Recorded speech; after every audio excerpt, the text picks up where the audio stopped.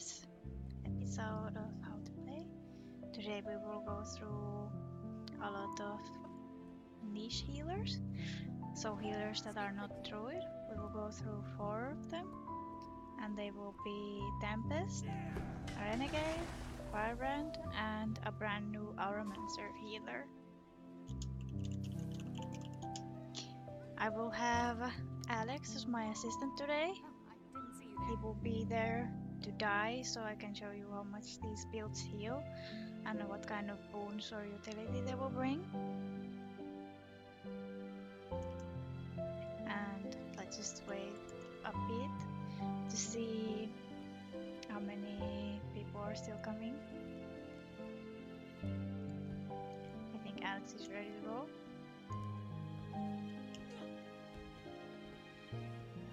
So let's already go to the training area. On the mend. Might commit sweat.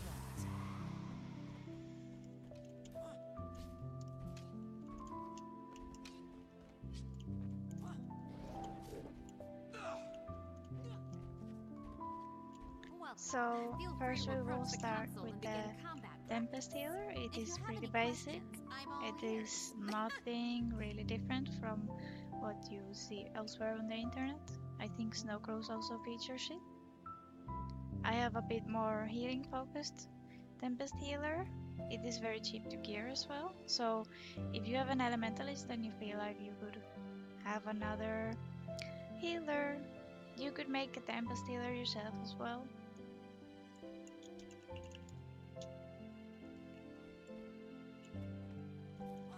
From the boons we will only take quickness and alacrity, because the other boons we will just want to show how much our build generates.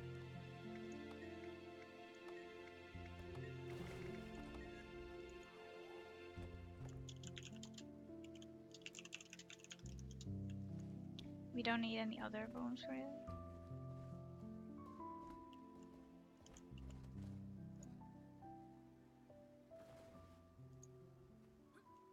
Okay, let's start with the actual gear and then move on to the traits. So for the Auramancer, this is not the Auramancer, for the Tempest Healer, you want to have full Magi. Why do we have Magi armor? Well, it's because all the other 3-stat healing gear has toughness other than Magi, so we don't really have much choice than to take Magi. If we went, for example, with clerics, or I think the other one is apothecary, if we went with those, we would end up with more toughness than our tank, probably. Well, maybe not as much, but still quite a lot, and that would mean that we would have to be tanking a lot, and that's not what we want, so that's why we will go with Magi. For the runes, here I have the runes of altruism. That's because they are cheaper than water runes. You can also use water runes and monk runes. The best runes for the healing tempest would be monk, because it has a nice healing modifier. I think it's 10% outgoing healing is increased. But it's okay to use water or altruism runes as well. The weapon is a staff, also Magi.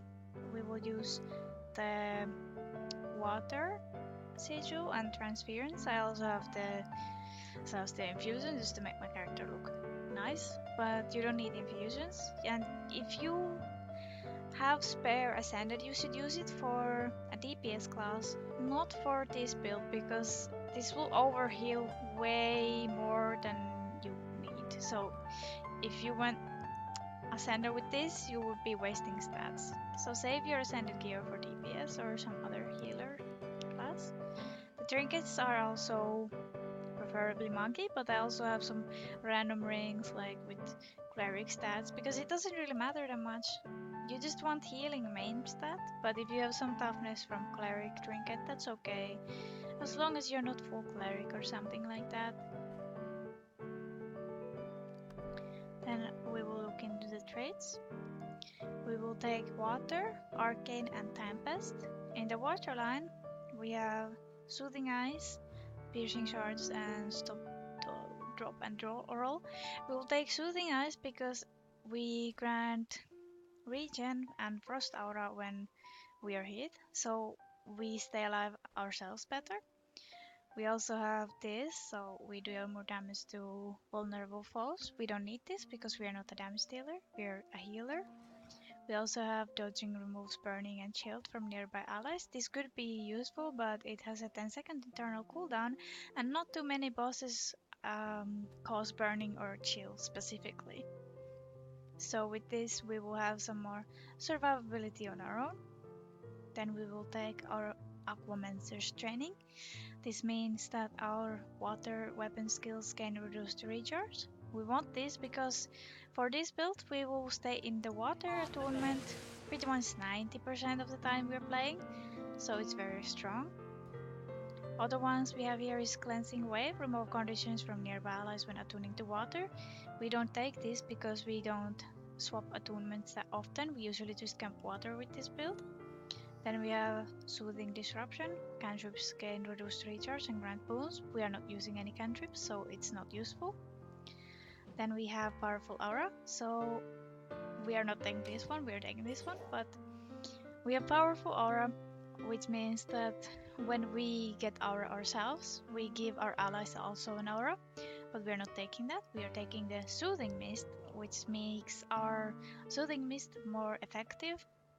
It will be twice as effective because it increases the effectiveness by 100. Soothing Mist is this minor trait here. It creates this Soothing Mist that will heal your allies passively, 5 of your allies. So you will heal a lot for your friends by doing nothing, just being in water. Then we also have Cleansing Water, so cleanse conditions from your allies when you grant regeneration to. It could be useful in fights where there is a lot of conditions, but we have a lot of condition clean from our weapon skills, so we don't really need it, and Soothing Mist will give a lot more passive heals. In the Arcane line, we will take Renewing Stamina, Arcane Resurrection, and Bountiful Power.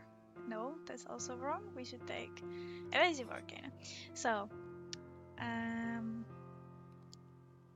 let me see.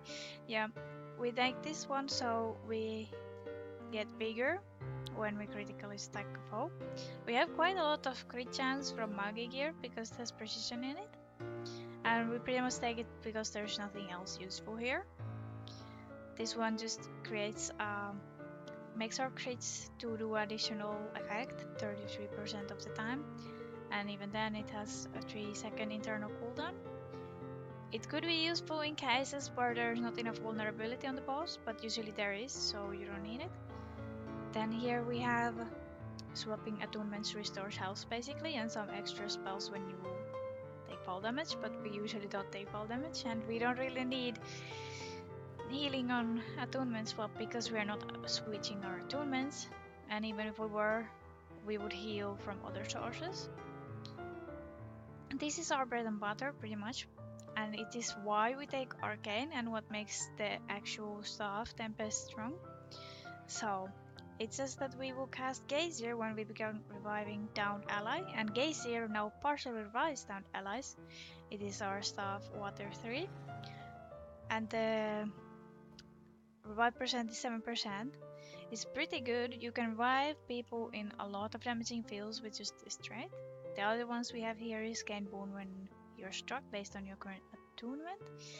We don't need it because we will get vigor from this trait, and we were camping water. We also don't need it because these boons will be given to you by some other source. Then we have Fun of Shielding. This will make us have this lesser arcane shield when our health drops below 50. But that shouldn't happen. You're the healer and you can heal yourself if you go low. Then we will take Evasive Arcana. With this, we will heal basically after we dodge, because we will cast Cleansing Wave after we dodge. It's just a nice extra heal when you don't have anything else up. The other ones here is Arcane Skills can reduce recharge. We're not using Arcane Skills. Bountiful Power, so increased damage for each boon on you. We're not damage dealer, we're using Magi gear. we don't even have any power in Magi gear, so it's not very useful for us. In the Tempest, you can take a few different traits. So we have Latent Stamina, grant vigor to nearby allies when attuning to water. Restore endurance to allies you grant vigor, which is kinda nice. So we will grant our allies vigor with another trait that will come soon. So when we grant vigor to our ally, we also grant them endurance, so we will give a lot more endurance to our allies with this trait. Of course, there's a 10-second internal cooldown, but that's okay. Sometimes, instead of this trait, you want to take Gale Song. Gale Song pretty much just casts Eye of the Storm when you're disabled. For example, on Slothazor, when you get feared after you CC Sloth, you could have this trait, and then you would just cast Eye of the Storm and break the stun for all of your allies. You can also take this in any boss where there is a lot of CC on you. Let's say, what could be a good example? Well, for example, Cairn, you might get knocked by the meteor shards, and then you will just cast Eye of the Storm and be fine. What else we have here is Overloads grant an aura based on your attunement. Well, it will only grant us an aura, so that's not very useful. Here, auras you grant also grant regen and vigor. We have at least 3 auras here. This is a 4th aura. So with this trait, we will grant that vigor that will give the extra endurance to our allies. The other traits here is South grant affected allies might and inflict enemies. Well, we could take it to give some might, but just a single druid can give 25 stacks of might to whole 10 people of the squad. And this one is a lot nicer because it synergizes very well with the latent stamina. And then we have Harmonious Conduit. This is grants gain stability when you overload and you get some damage increase. We are not DPS and it only gives stability to us, so we are not taking it. Then we will take Elemental Bastion. Heal allies you grant aura to. Grant first aura to nearby allies when you're struck below health threshold. The threshold is 75, so you will grant your allies frost auras quite often with it. Well, every 30 seconds basically, because it has an internal cooldown. Also, now all these aura shouts here will heal your allies as well. Then the other ones here is overloads, remove movement impaired conditions. We don't need it. It's just quite pointless to reduce some immobilize, chill, or cripple because you could just condition clean that. Then we have Impute Melodies, which gives extra concentration and also casts Sun Squall every 30 seconds pretty much.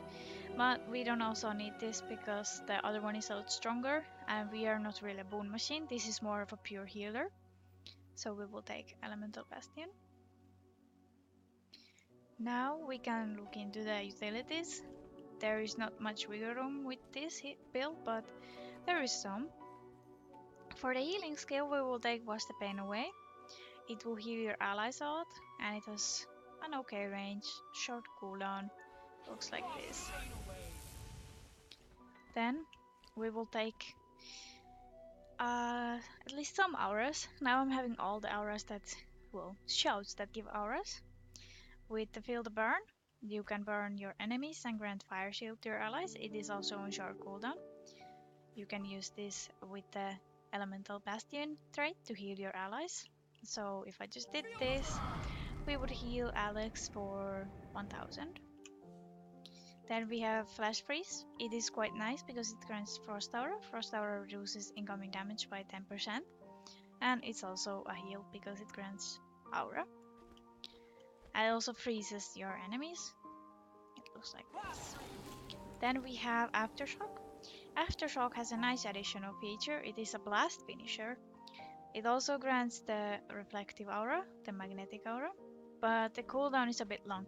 It's also dangerous to use this Aftershock in some encounters. For example, Cairn, if you just use it for heals, you might have the magnetic aura on your allies and they might actually reflect those meteor shards back to your group, which is no-no. If you also use this wrong time at Matthias, it will be very deadly because then you might reflect Matthias's damage boosting shards back to him and he will get a damage boost. But you can also use this as a backup for feedback in Matthias if you use it correctly. It looks like this. Now we have the magnetic aura. When you have the magnetic aura, you can reflect projectiles. If you want to use this as a backup in Matthias, you can just stand in front of Matthias when he's shooting at whoever. Then we have rebound. Rebound pretty much just saves your allies if they die. If they have rebound while they go down, they will gain 5k health. And they will also grant an aura if, well, if the person didn't die and it expired, it will grant an aura. If we don't want Aftershock, we have some other options. For example, Slaughter, we can take out the storm. Well, for Slaughter, you would want to take the Aftershock to reflect slubbling projectiles. But for Slaughter, you should take also the Eye of the Storm. It is a stun break for 5 allies, so for you and 4 allies. It has a 40-second cooldown. It also grants super speed. It's very fast to use, doesn't have cast time. So if at Slaughter you get feared, you can just be Eye of the Storm and that's it. Then another spell that is worth looking into is the Signet of Water. It reduces incoming condition duration, but the active is the nice thing about it. The active has survive percent 5%, and then it also is a 3k heal. It looks like this, so you can use this as a heal as well. It's on 20-second cooldown, so that's not too bad. Then we can also take the Arcane Shield in cases where you should be reviving people in dangerous fields. So let's say you could use this to just block 3 attacks and then keep reviving your ally in a painful field. It just looks like this. But that's pretty much the spells you should look into. The other ones are not really that interesting for Tempest Healer. You can also look at the Frostbow. If your group is lacking CC, then you can use the Frostbow to heal because the water arrows are pretty much the same heal as your staff auto, so it's 1000, let's say. And it also has Deep Freeze, which is a very good CC. And your allies can also pick the other Frostbow to also CC the boss. The actual weapon heal is 700, so it's a bit lower than the Icebow. Icebow also gives you this buff, which makes your condition duration and healing power stronger. So it's okay to use this if your group needs CC or if you want to spam more heals like this. But I think that's pretty much for the utilities. Then let's look at the weapon skills. It is quite simple because we will pretty much stay in water the most of the time. We have the water blast, which is just you throw water bolts at your enemies, and when you hit an enemy, it will splash around the enemy and heal allies around it. Then we have Ice Spike, which just drops an icy rock on the ground. It's also a blast finisher. Then we have Geyser. This is very nice. You should usually save this to revive people. It's a small area heal and quite strong as well. And you can use it to revive people. Then we have the Frozen Ground. It just looks like this. You make an icy field on the ground that will chill people. But this and this ability are pretty boring on their own, but you can combo them. By using 2 first and then using 4, you can grant Frost Aura to your allies. You can also use 2 into a water field to grant an extra heal with the blast finisher into water. 5 is Healing Rain. This grants a lot of regen, and then it also cures 3 conditions. And it's a very long-lasting water field. It's also very large, so you will heal your allies anywhere around the field, most likely. The other elements don't have that much supportive things, but we could also look into them. first let's look at the Overload Water. Overload Water will heal quite a lot. I don't remember how many pulses it does. I think it was 4. So it will heal, let's say, 3 times 700, and then final heal will be 4,000 as well. So that should be around, I'm not that good with math without a calculator, but it's a lot of heal, and it also grants regen, and it will also cure conditions. And it's a stun break, so it looks like this. You can move with it to go to your allies who need healing. In the fire attunement, we generally just want to use Flame Burst at Matthias to remove some frozen ground. It is, because it has burning, you can also use the Feel the Burn to remove some frozen fields. You can also use the Overload Fire. If you just use this and go near a frozen field, you can remove it with the burning. In the air, we have Swiftness. We have the static field. If you just place a static field on something that needs to be CC'd, your allies can use a leap finisher to create a daze. Also, we can use Overload Air to just give an extra damage boost to your allies, because when you finish overloading this, your allies will get this static charge buff where they will have an electric attack for their next hit. Air is also good for CC. It's pretty much your only weapon CC skill, the Gust. And you can also use Lightning Surge for soft CC. In Earth, we have Unsteady Ground. This can also be used as CC if the boss is moving, but usually they're not. Then we have Immobilize here as well. This could be used for Gorseval when there are those spirits who are trying to get to Gorseval and you will die if they get there, so you can use this to immobilize them. You can also use the Magnetic Aura over here as a backup for Matthias. You should use it in combination with the Aftershock, that way you will get even longer aura. So you can try to reflect those projectiles even longer. We also have a Blast Finisher here, which we could use into a water field.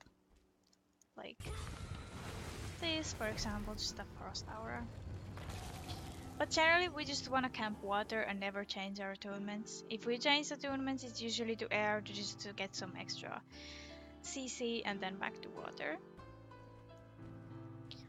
We can now demonstrate how the actual healing works. So let's make us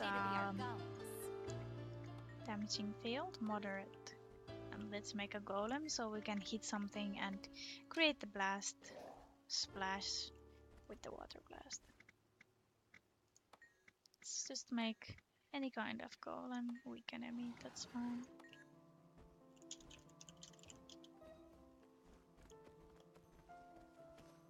Now I will keep my target on, well, if I can I will keep my target on Alex, so you can see the boons I grant him. But in general the playstyle looks like this. It's quite simple, you're just auto-attacking.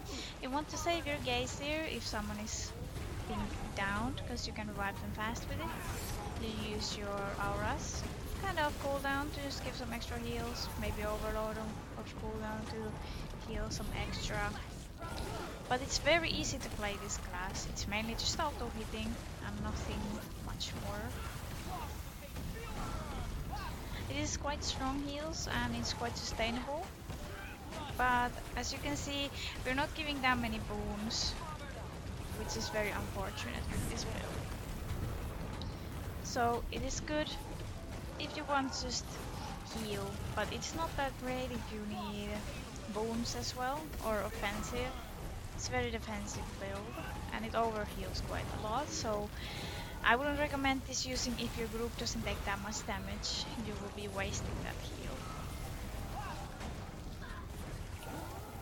But we will just kill this golem now to see about how much I can do. Yes.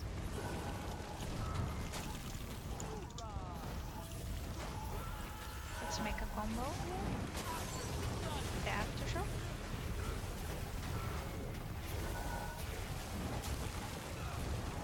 But that's generally it, how you heal with it.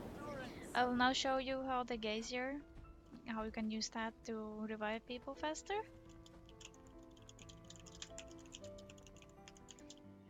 I will put a bit stronger field.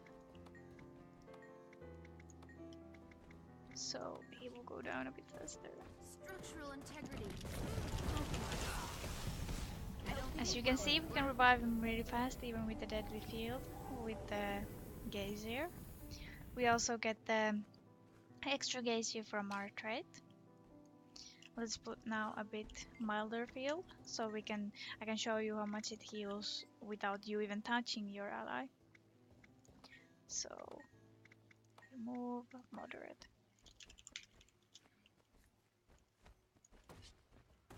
Now it will take a bit for him to die. Now we put gazier on him, and he does stay a lot healthier with just the gazier. So it's a very good thing to use if you see your ally going down.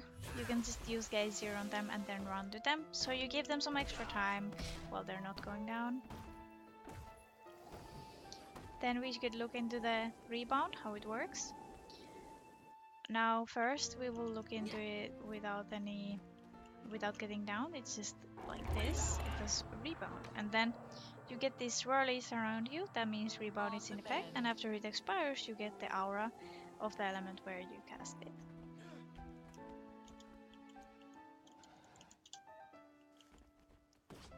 Now I will use rebound to save Alex.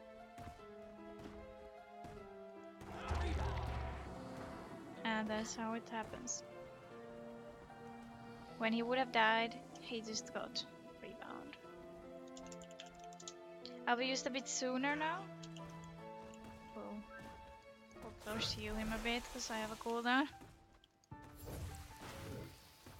But here, I used already. Here's the effect. And that was the rebound.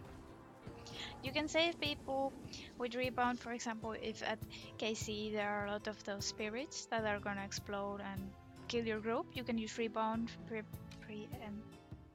preemptively to make sure your team doesn't die. You can also counter greens, failed greens at Valguardian with it, and then you will save yourself and 4 other people if you know a green is gonna fail. Is there any questions about the Tempest, or should we move on to the Renegade? We will keep doing another example of the rotation while you ask the questions.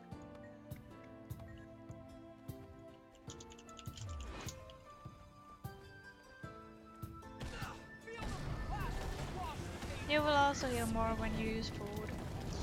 The food you should use is rice balls and peppermint oil. Peppermint oil is very cheap and good food you can buy from the trading post. If you want proper food, you can craft I think it's magnanimous oil. That will be a lot better for healing. But peppermint is okay if you just want to get something off the trading post. And rice balls is very good for healing because it makes your healing effectiveness 10% stronger.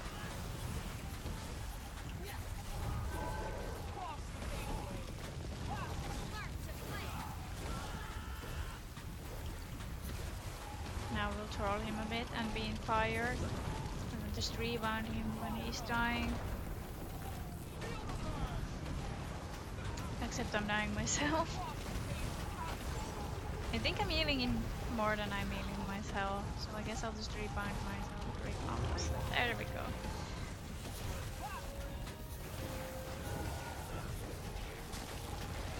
But generally, spam everything you have on cooldown. Use gazier when you see people down. Use overload water when you need an extra heal or when you need condition clean.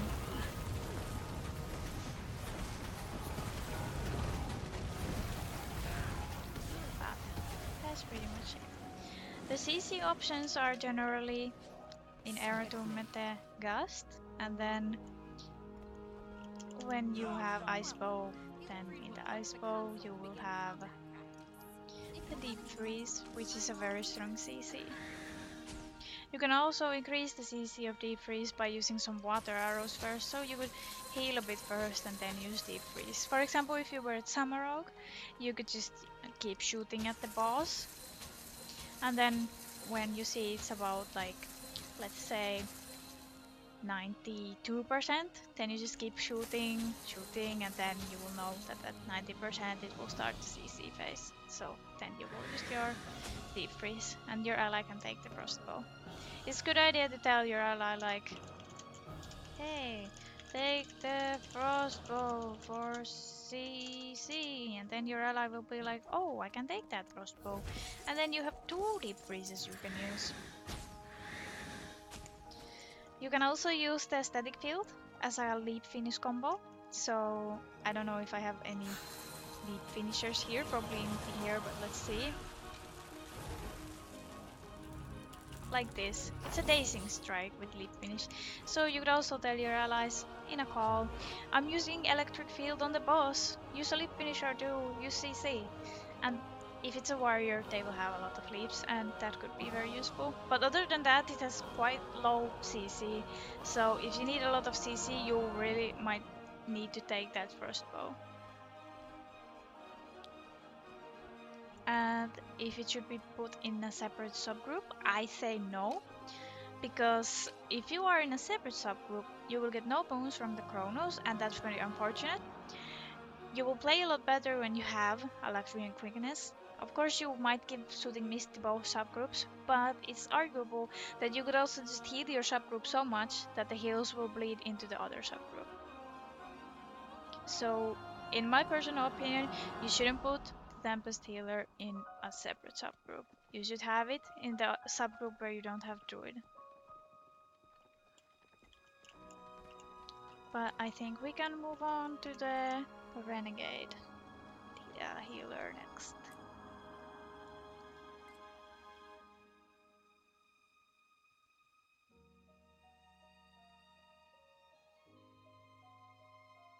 Today I already loaded all my characters into error room, so we will have less loading screens.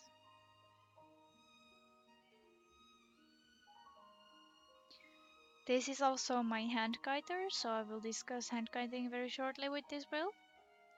But that's pretty much healing as well, because you are healing yourself. And by doing that, you can also heal your allies.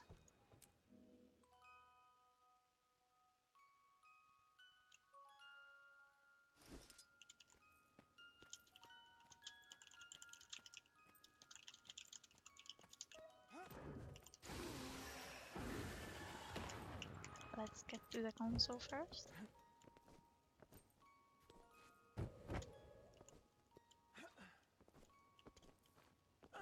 Okay.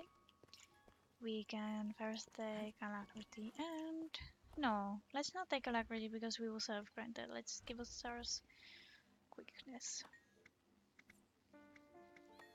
Add boons? No, not everything. Damn it.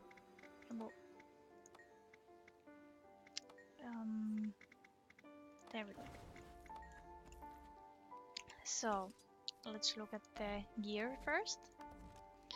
This is my Handkiter, so I will have Handkiting gear on this, but I will also tell you what you could take as a healer gear with it. So I will have Muggy armor, it is half ascended. Then I will have minstrel weapons and minstrel trinkets. I have some cleric pieces here, that is because I have taken these pieces from my other healer, I already happen to have them, but I recommend that you would go minstrel trinkets. The rune is water here, but you can also go monk, and monk might be stronger than water. If you are going for the actual healer, you might want to take more boons, so you might want to look into some of the chrono runes, but I think monk and water are the best ones you can take. For the sigils, we have transference and water, and here we also have transference and water. We use sword shield because I'm now on Herald, but for the renegade we will be using sword. Doesn't really matter that much what weapons you use as a healer because you're basically just auto attacking and not doing much else other than CCing with your staff, because you want to save all your energy for your utilities. for the traits, the builds don't differ that much. You can take quite a few different approaches, but you will always take Salvation. In Salvation, there's also different options you can take, so let's look into them. There is Nourishing Roots, so grant regen to allies near Ventari's tablet. That will always heal you extra when you're near Ventari's tablet. Then you have Blinding Truth, blind nearby foes when you use a healing skill. Not very useful, so we're not going to take that. We have Tranquil Balance, so while above the health threshold, healing to allies is increased. So if we are over 75% health, we will heal our allies 20% more. This is very good in boss fights where you will not go below 75, so you will always just have an extra 25% healing boost. But for Handkiting, I will take these Nourishing Roots, because you will go below 75 quite often. We also have this here, so gain healing power based on portion of your toughness, which is why it's good to have some minstrel in your build, or even some cleric pieces. Then we have Invoking Harmony, so healing done to allies is increased for a short duration after invoking a legend, so we will heal 20% stronger for 10 seconds after we swap our legends. Other things we have here is Dodge Rolling removes condition from nearby allies. Condition removed 1, internal cooldown 10.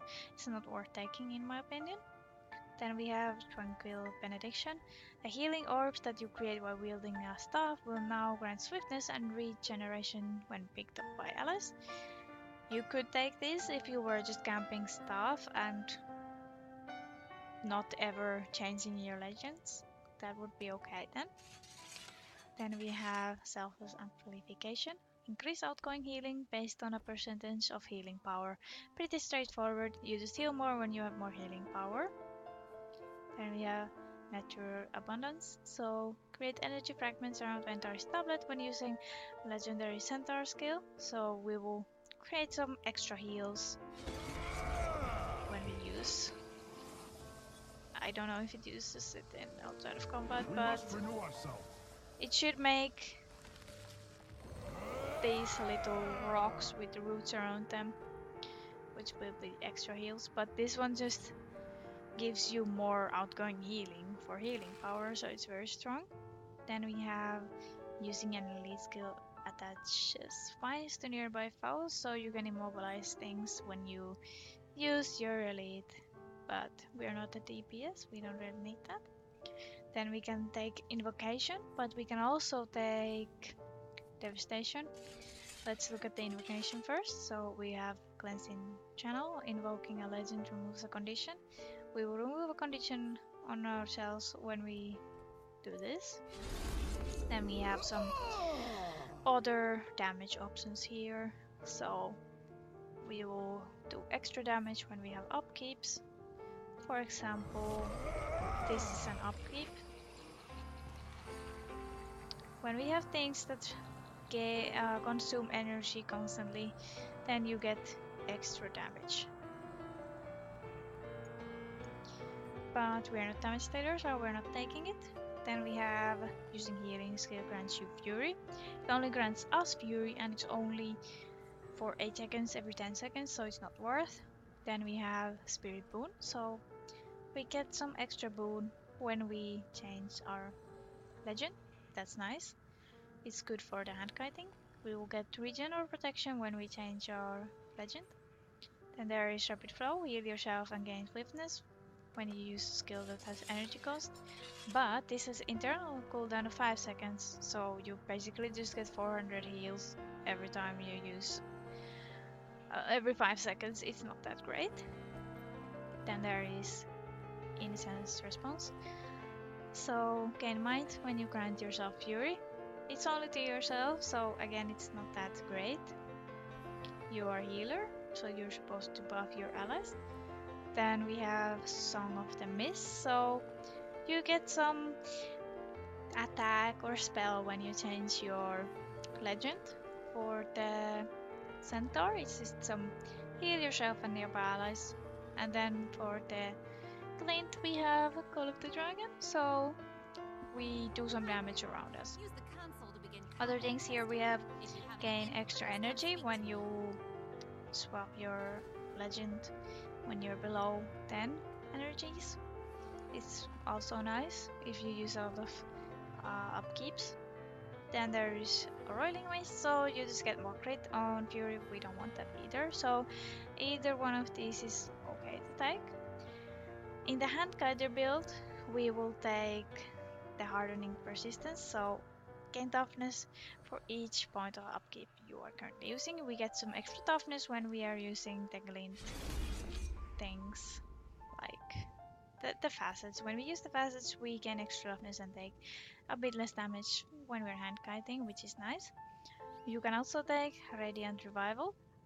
It will increase your revive speed by 10%, and it also gives Infused Light to you, and yeah, it gives you that, and it's very nice. I will show you what it does.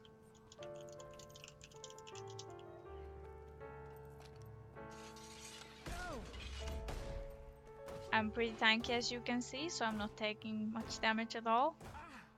You have to be quite tanky when you are doing the actual hand kiting. I'll heal him a bit, so I will go about same time as him. But it basically just makes you heal for all the damage you take. So it's nice so you can heal people in fields. Now we have it, so every time it ticks, our health went up instead of down. It's not very visible with this field because I'm quite tanky, but it could be nice to use it. For example, if you took this to Matthias, you could use it in the fire fields if people die in those. And just heal yourself while you revive someone safely. Then we have Swift Gale, so gain super speed when you break stun.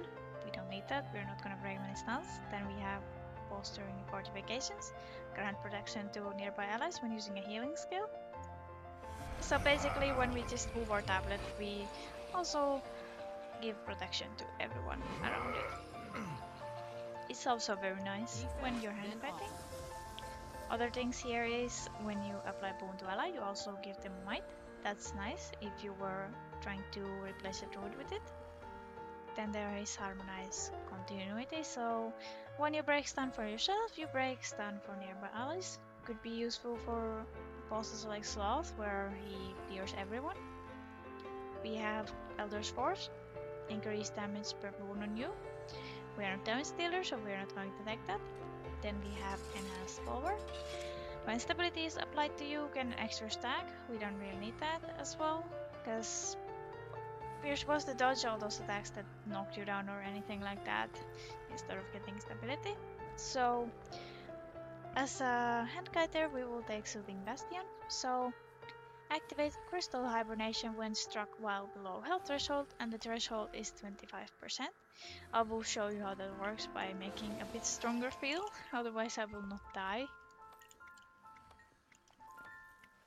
Extreme.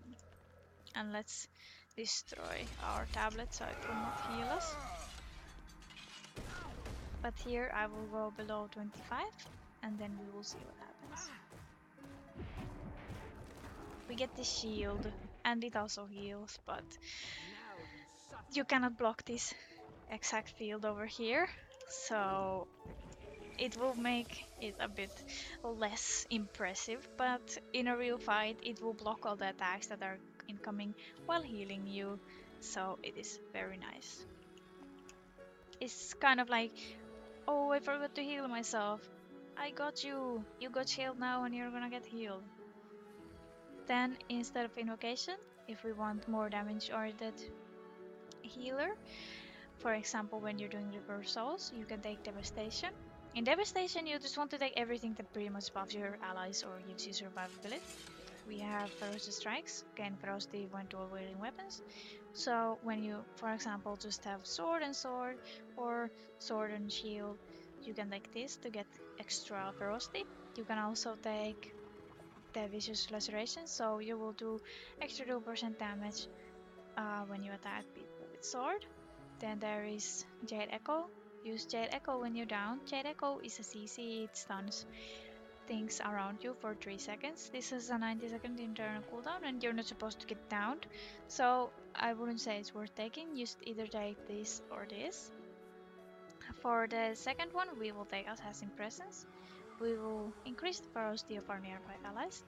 The other things here is gain might when using legendary stand skill, gain more when you're using assassin. We're not using assassin, not worth, and we don't want might for ourselves, we want might for our allies. Then we have malicious reprisal, so when you block or one of your attacks is blocked, your next attacks will be unblockable. Nothing is really blocking them much in raids, so you don't really care for this. In the last one, there is two things you can take. You take Swift Termination, so increased damage to foes below 50% health, the increase is 20%. Or you could take Assassin's Annihilation, so siphon health from foes when hitting a foe from behind or the side. So you will heal yourself for about 500 when you hit your enemy every 1 second. In the middle we have gain quickness when you swap weapons. While you have quickness, your strikes remove stability. Enemies don't really have stability in raids, so it's not that great. And yeah, will come later.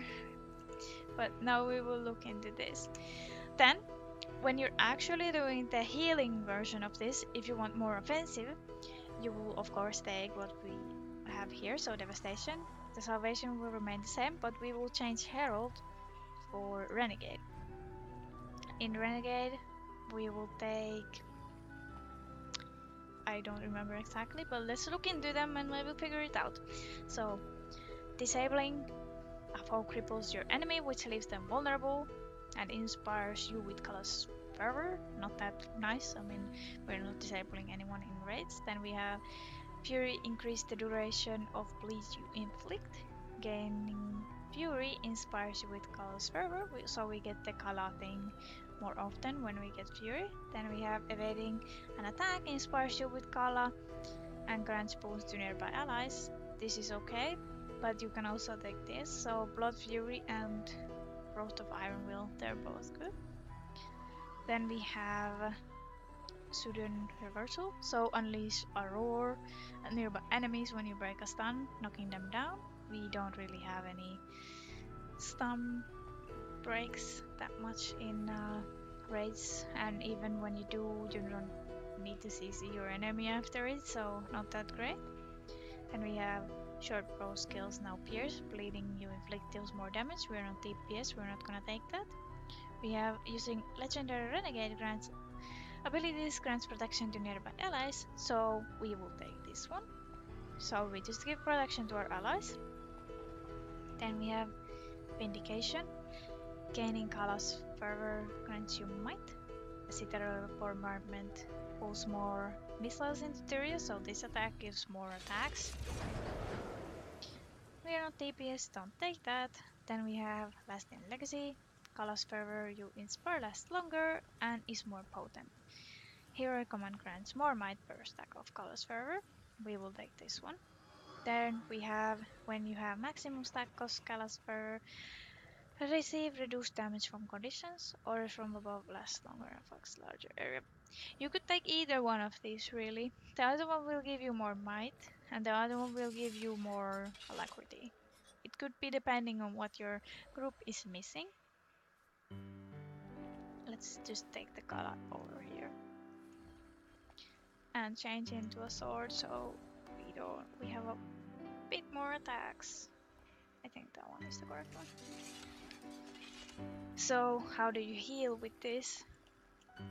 Well, we should first look into our utilities, so the legendary attacks. We have Project Tranquility, so when we move, or is it Ventari's Will, I don't know, but when you move your tablet you heal whoever it goes through. And it also heals allies around it, so just having the tablet near your ally will heal them. But if they need a bit of an extra heal, you can move the tablet through them. Then we have Natural Harmony. This is a bit stronger heal, but it has a 1 second delay, so you have to use it before your ally needs that heal. It also gives alacrity, so it looks like this. As you can see, it takes 1 second before it heals. And it also costs a lot more energy than this. This one only costs 5 energy, so you can spam this pretty much all the time of cooldown and always get your energy back by the time it comes off cooldown. Then we have Purifying Essence. This removes conditions from your allies, 3 conditions, and it also heals per condition removed. So this is very good when you see that your allies have conditions. It looks like this. Another good combo is that you can use Natural Harmony first and then move your tablet. For example, if the tablet was over there, we could use a Natural Harmony and then just move the tablet to our ally, and then it would heal them where it arrives. Then we have Protective Solace. This creates a protective barrier that will destroy any projectiles that are coming near. There's also a light field if you want to make some combos. Then we have Energy Explosion. This one will pretty much explode your tablet. Give you some little roots with healing fragments on the ground. You can use this as CC because it does also a knockback, and it's also a blast finisher. When you explode your tablet, you need to bring it back by using your healing skill. Nothing can bring me down. Then why do we take this instead of Herald? Well, when we have Renegade, we have access to Might to our allies, and we also have access to Alacrity to our allies. The actual Renegade stance is also okay to helping your allies. We have the healing skill, which heals our allies where it is at. So we just call this Era Break Razor here. She will heal everyone who is in this field for the time she's here. The Razor Claw will have bleeding on hit, so you can use this as a damage boost, but I wouldn't because you will run out of energy if you use too many things you are not supposed to use.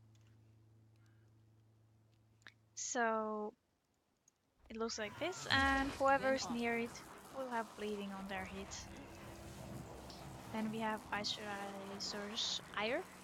This one is just damage, vulnerability, and cripple. This still just attacks the enemy and those vulnerabilities. So I guess if you're missing vulnerability, you could use it. Then we have Dark Razor's Daring, whatever. So this gives stability and it also dazes quite a lot. It's also a stun break, so if you need CC, you could also just throw this at the enemy, and you can also stun break with it and give stability to your allies. Then we have the Soulclave Summit. This is our other healing spell we have in the Renegade stance. This one will make our allies attack 7 health. It will heal them for 700 whenever they attack. And it looks like this.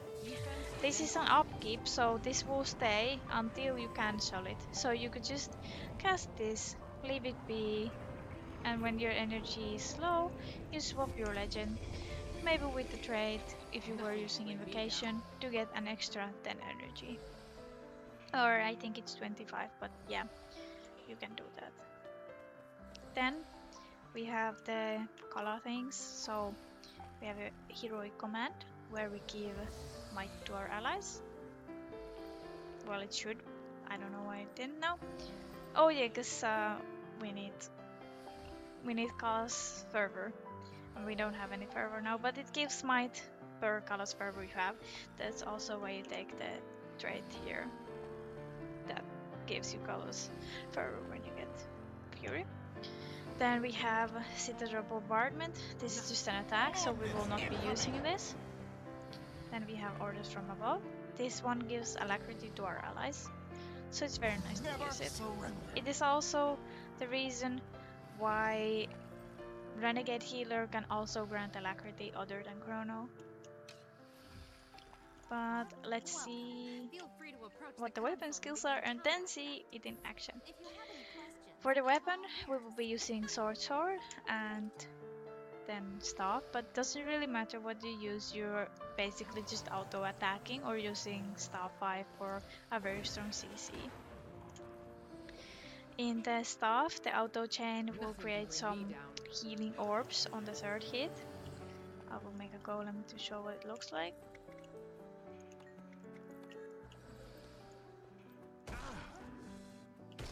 So this third hit, and as you can see there are those little small tiny orbs on the ground, and if your allies pick them up they will heal themselves. I'm not focusing on the healing actively, so I'm dying. This is also the deadliest field. But that's what the auto chain looks like. Then we have this, which is a CC, I think. If you interrupt with the first hit, you can use the second hit as a CC. Then we have Warding Rift, this blocks attacks. Looks like this. Then we have Renewing Wave, this is a blast finisher healing skill, so 2000 heal for 5 allies. And it also removes 2 conditions, looks like this. And then we have Surge of the Mist, which is your best CC. In Sword, it doesn't really matter what's here. You basically just auto attack and that's it, because you don't want to use your energy for any weapon skills. You want to save all of your energy for buffing your allies and healing your allies.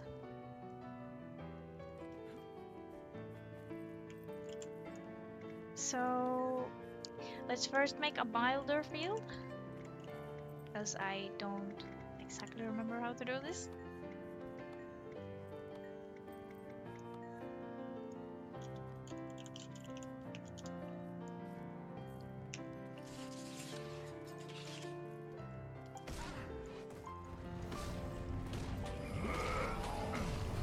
So basically move your tablet of cooldown, spam the harmony, so you give alacrity to your allies. Use this. Give alacrity to your allies. Spam the tablet. Give might to your allies. Swap legend. Use these. Maybe use the staff. Now your ally is siphoning health from the boss because you have this up. Now you have no energy. Swap legend to get 50 energy back. Then you just keep going at it again. It's fairly easy.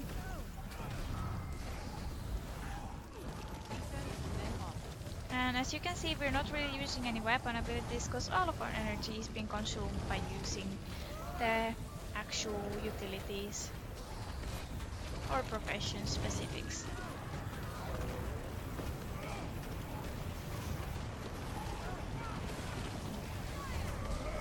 And remember, if you get 0 energy, swap your legend, you will get 50 again. It's a very good way of getting your energy back, and don't be afraid of going 0 energy, because you can always swap your legend to get more. Then I will show you how the actual handkiting would work. So now we will heal ourselves. For this we will take the actual Herald. So we do this. And we will take shield for some extra defenses.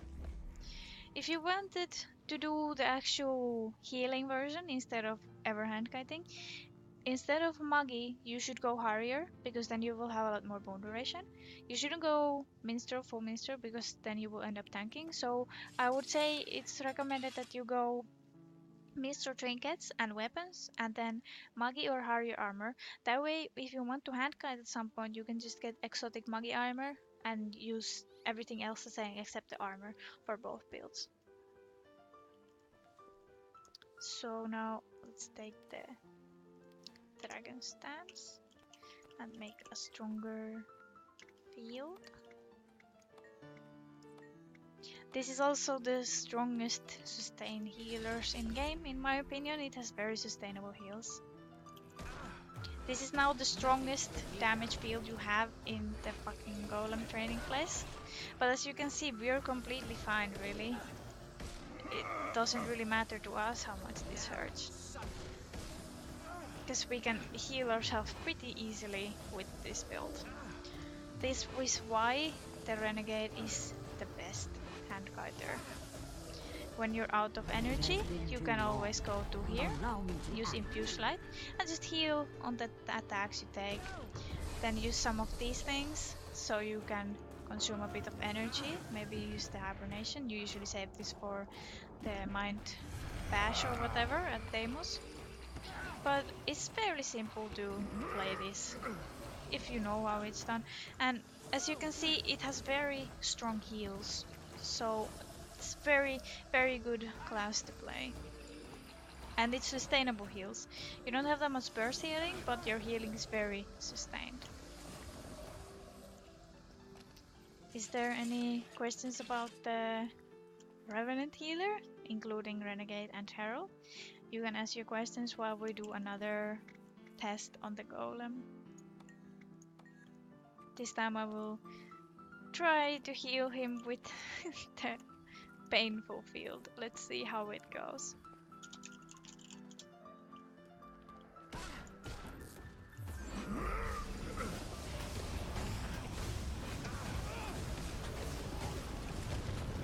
It's not going very well. He's not as tanky as I am, but we will try our best. And Alex, if you're hearing this, you can walk into the little orbs I'm creating with my auto chain if you want to get some extra heals.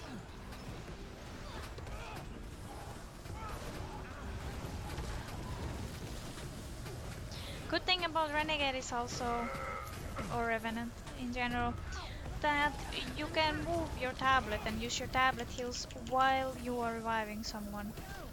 As you can see, it doesn't cancel anything, so we can heal even when we're reviving someone, which is very useful.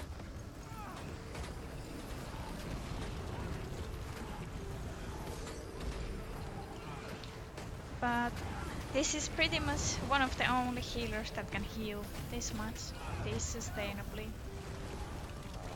Which is also why this is the best class if you want to do Suicide Squad in the River of Souls at Wing 5.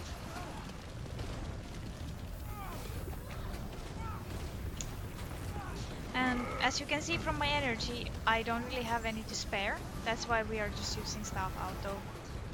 Or that's why we're not using anything else really. We don't have any to spare. But I guess there aren't any questions, so let's just move on to the Firebrand Healer.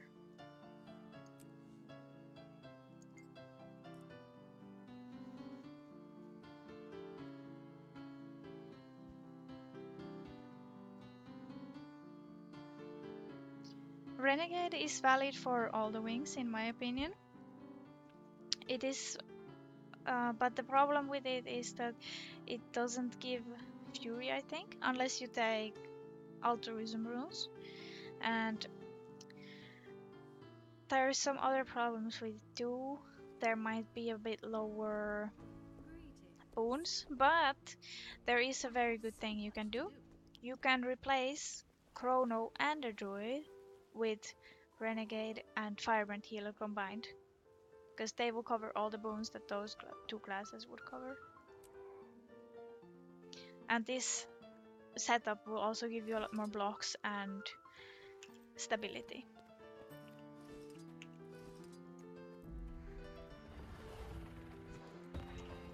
This will not be a very long look into the Firebrand Healer, because this is mainly a fractal build, and your build will alternate a lot depending on which fractal and what kind of group you have. But let's again start with the gear. For the Firebrand Healer, if you're using it for fractals, you should go for Minstrel. I will tell you later why. But if you're using it for rage, you should go Harrier, because you are also giving a lot of bones. So here we have full Minstrel with Altruism runes. You must have Altruism runes, because otherwise you will not give enough fury to your group. Then we have Minstrel weapons with Sigil of Transference and water. Here again, Transference and water. We will be using Mace, Shield and Staff. We also sometimes use Hammer, and sometimes we will use Greatsword, but Greatsword is mainly just for pulling things. And Hammer is mainly just for CC. For the trinkets, we will also have full Minstrel. Then let's look into the traits. We will take Honor. In Honor, we will take Invigorated Bulwark. This will increase our outgoing healing each time we block an attack. And blocking attacks is very easy with Firebrand Healer because you have insane amount of blocks. So basically you will just block 5 things and get just 25% outgoing healing increase, and that's it. Other things we have here is Lesser Shield of no, Protective Reviver, so we will cast a Shield of Absorption when we begin to revive an ally. When we revive the ally we get Aegis, Protection and Regen. The bubble looks like this. So no projectiles will hurt your ally while you're reviving them. Then we have Protector's Impact, which just creates this protective symbol when we use healing skill or take fall damage. But this one is the strongest. It will give you a lot of outgoing heal effectiveness. Then we will take Honorable Staff. Staff skills gain reduce recharge and you gain concentration. We get 200 concentration out of this, which roughly translates to, let's see, 13% bone duration. So you get a lot of bone duration for just taking this trait. Then here we have Pure of Heart. Aegis heals when it blocks an attack. You could use it. Then every Aegis you grant to your allies, I believe, heals them for 1000 when they block an attack with it. Then we have Empowering Might. Grant might to nearby allies when you critically strike. Our gear is full Minstrel or Harrier. Then we will not have really any crit chance, so our crits are abysmal. It's not useful to take it. Here we have Pure Voice. Sound skills gain reduced recharge and converts conditions to boons on allies. We don't need it. We have a lot of condition clean everywhere else on Arcade. And we are not using shouts, except one, usually. Then we will take... well, we will not take this, so there is a bit of persistence. So symbols gain increased duration and radius and they heal allies. The healing is 200 per tick, I believe. And it is nice. I have used this before, but now we have even stronger trait here. Gain increased vitality. Healing others is improved based on percentage of your vitality. With full minstrel, I say we get 20% outgoing heal effectiveness. So we have a lot of traits that just gives us extra healing, flat healing to our allies, which is very nice. Then we have gain vigor when you critically strike. It's not interesting.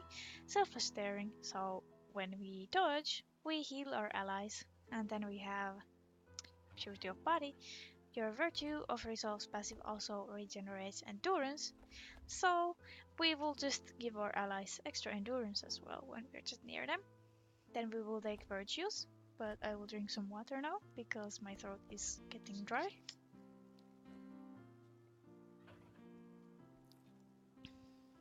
So here Virtues apply boons when activated. That is nice because we're Firebrand. We will use our tomes, which are our Virtues, from time to time. Then we have all of this line is pretty crap, so we will just take this one. Gain Retaliation and Aegis when disabled, 30-second internal cooldown. Then we have deal increased damage when you have Aegis, 20% increase. We are not damage dealer, so it doesn't matter. Then we have concentrations, gain reduced recharge and increased duration. It is okay to take this if you have a concentration utility, for example, Purging Flames or Hallowed Ground. But usually you don't have any, so you might as well take this. Then we have gained retaliation when you activate Virtue, and retaliation has increased duration. We will take Absolute Resolution, so activating Virtue of Resolve removes conditions from nearby allies. Virtue resolves passive effective stronger, so we will have a lot stronger passive heal when we take this. Here we have cast the Merciful Sanctuary when you're struck while below health threshold. Internal cooldown 75 seconds, never mind. We have Glacial Heart. Hammer skills gain reduced recharge and critically strike when unleashing with them. It just makes some ice blast with it. Not worth, you're not using hammer that much and the other one is way too strong. Virtues gain reduced recharge, deal increased boon on you. Nearby ally gain Virtue of Resolve's passive. So when I have been saying that all our allies get Virtue of Resolve, strong boons, heals. It only works because of this trait. Now our allies is getting everything we get from Virtue of Resolve. There is also damage. Well, basically this straight line is this is for burning, this is for healing, and this is for blocking.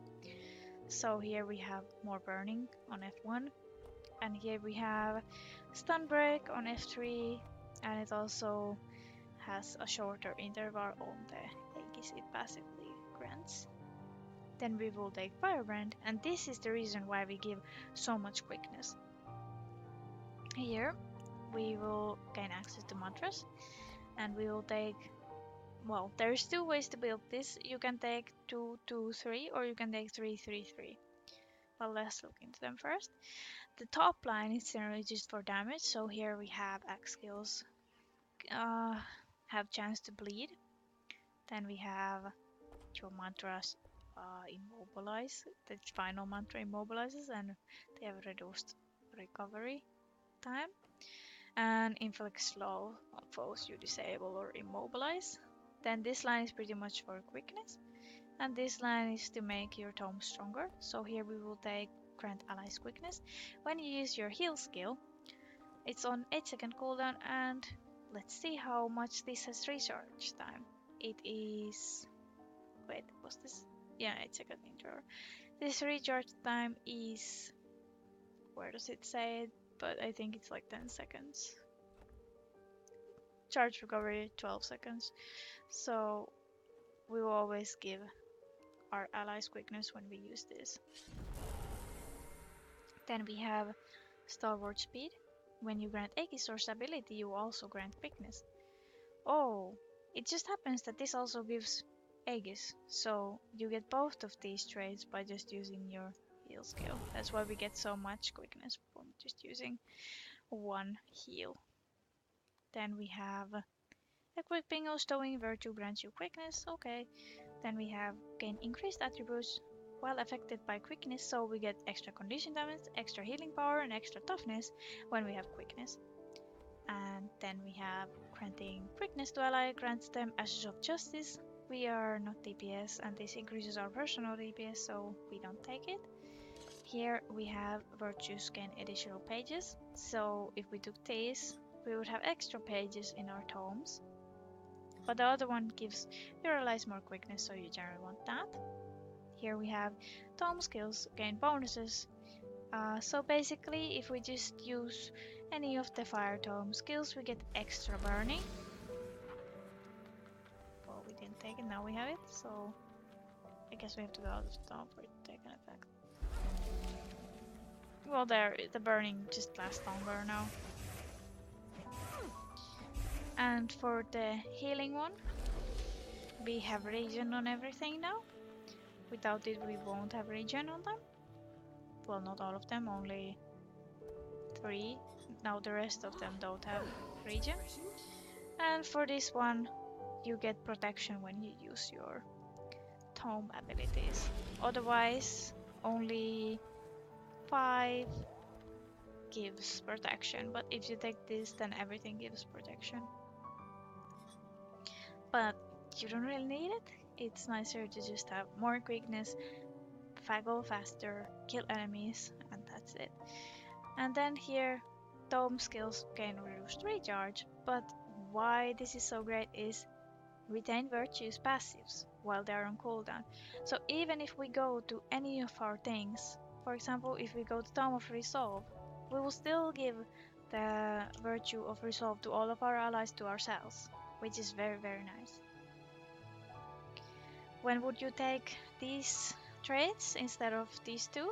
Well, at some bosses you might want to use your stability or your reflections more often, and that is when you will take extra pages. Otherwise you will always take Liberator's Vow. When you need this, well, if your team really sucks and they cannot stay alive at any way, then you could take this instead of this one. But generally you want this so you get extra quickness to your allies and you will have more bonus.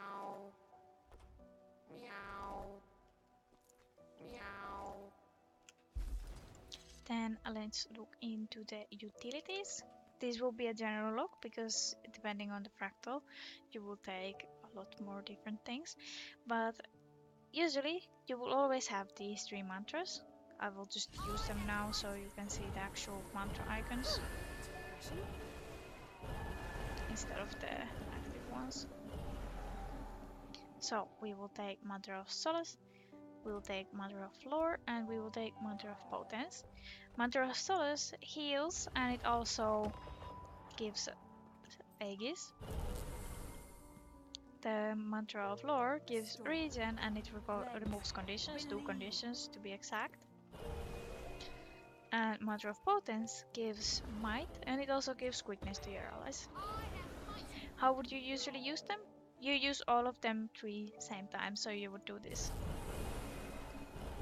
But if you have only 1 charge, you don't use it. You wait for the 2 charges and then you just do the same thing again. So, pew pew pew. The last utility is optional. You will always choose it according to where you are at, what fight you are doing, and that kind of thing. The retreat is very common one to take. It just gives extra Aegis and it has quite large radius and it doesn't have cast time.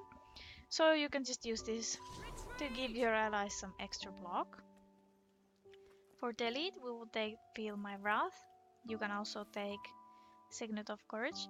Feel My Wrath is nice because it also gives quickness, but it also gives Fury, which is very important because this build doesn't really have any other Fury sources except the Altruism runes and Feel My Wrath.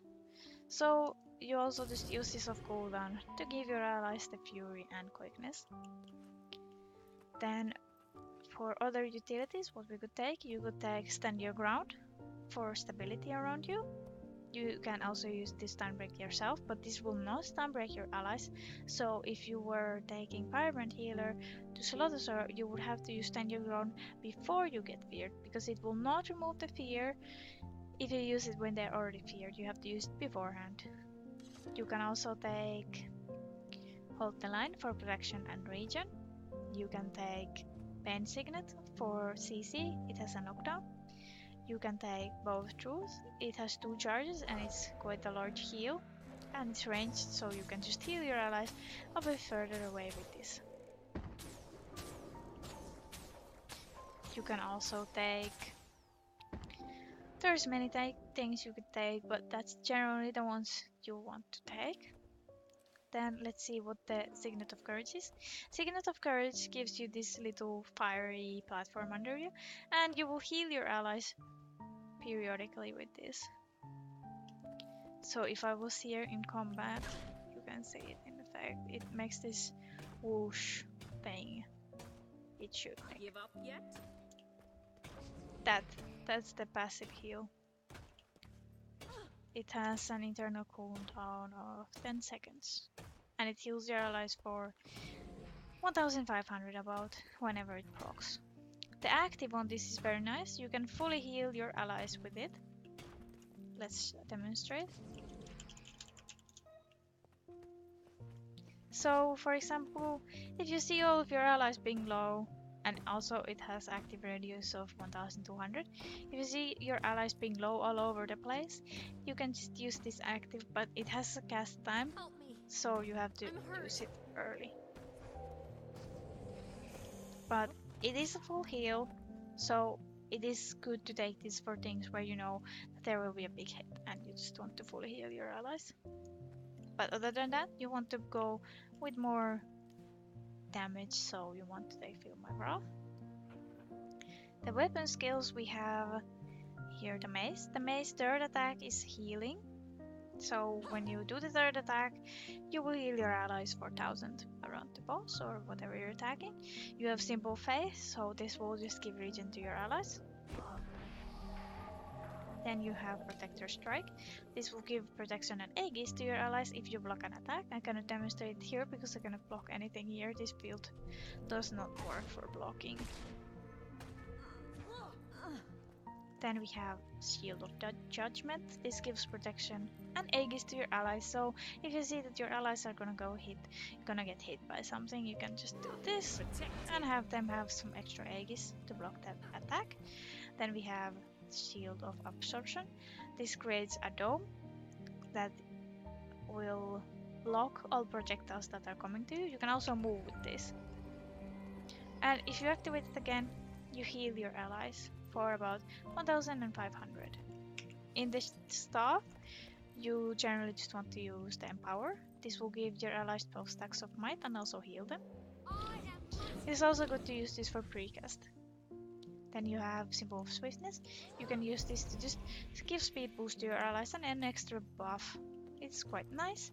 Then we have Orb of Light. This will, if it goes through your allies, it will heal them, and you can also detonate it to have a bit longer cooldown to give them light aura and even more healing. I usually just instantly use it twice to keep the heal near me and my allies. Then we have Line of Warding. This is just like the rambling around on Elementalist, so your enemies cannot go through it and it will be a CC. The auto attack sucks. So then we should look into the tomes. In the tomes we have F1.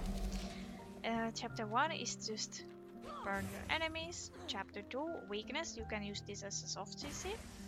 We have heated rebuke. So chapter 3 is a pull. This is one of your strongest CCs without hammer. Then we have a fire field.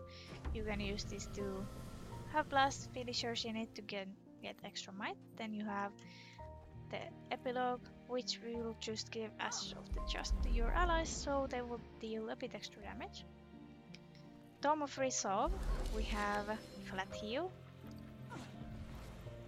Then we have Condition Clean.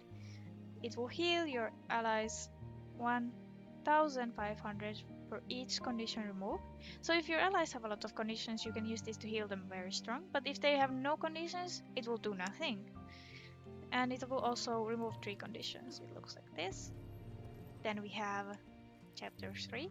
This gives vigor, regen, swiftness. It is quite nice, but it's not a fat heal, it gives regen. Then we have Shining River, also swiftness, but it also gives flat healing and water field. And then we have the epilogue, which will make your allies have 33% healing effectiveness. And it also converts conditions to boons.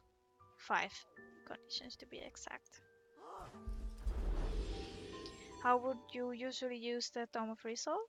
You go in, use 5, use 4, use 3, and then you see if anyone has conditions. Maybe use 2 if they do.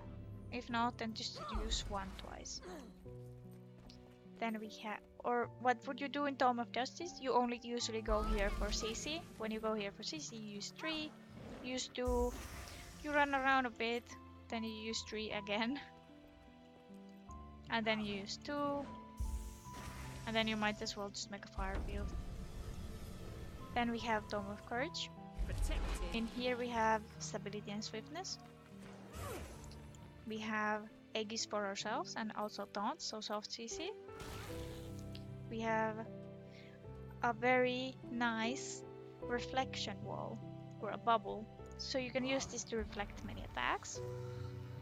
Then we have resistance field, which will give a lot of resistance, and it's also a stun break. So if you are, for example, at Sloth again, and you know Sloth will do that epic fear on your team, you could just use this. You can get a lot of resistance, and your allies won't care about fear, they have resistance. Then we have the epilogue, which is Aegis protection, 300 toughness, retaliation and stability all in one to 5 allies. It is very nice to use. What would you do in the Tome of Courage? Well, you usually go there for the utility, so you go there for the resistance or stability or the reflection bubble. But if you go there just for flat saving your allies, then you always go 5 first. You might use 2 to get Aegis on you after you block an attack of the boss to get your extra healing from this trait, and then you will use 5 again. You usually, when you're in tomes, you do nothing, you just wait for your cooldowns, use your utilities. You don't want to spam your tome, the spells are too powerful. So then you use 5 again, you wait a bit, maybe use your utilities, maybe stand a bit, and then you can use 5 again. But that's generally what you do in the tome. You don't spam anything, otherwise you waste your cooldowns. But that's generally what they do, and now we can actually go check how you would play it in a real situation. Let's first do it with the mild field, well, the medium field, and then afterwards do it with the stronger field. I will precast for us a bit, and then we will go. You want to swap your weapons pretty much off cooldown. Now if the boss was actually hitting me, I would use 3 to absorb an attack and give extra protection and Aegis to my allies.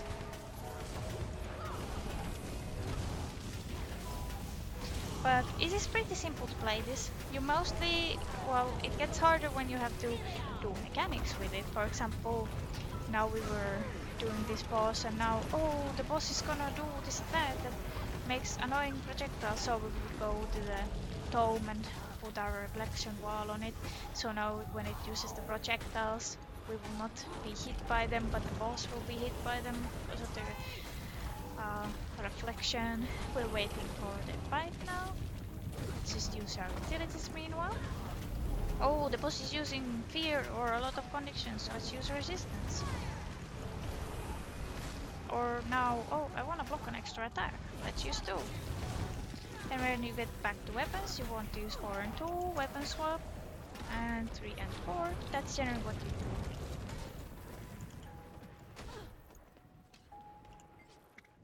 A deadly raid squad is a happy raid squad. Practice your skills using our state-of-the-art golems. Now let's show how much bonus this build actually gives.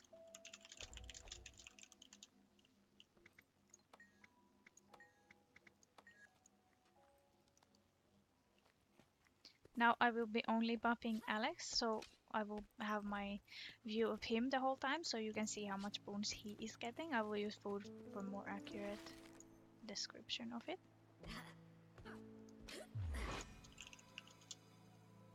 On my guard.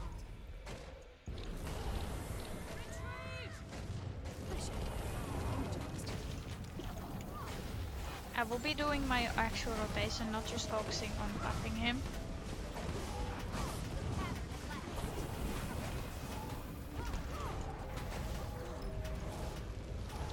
Doesn't really matter if you go to tomes because your quickness is coming from your utilities.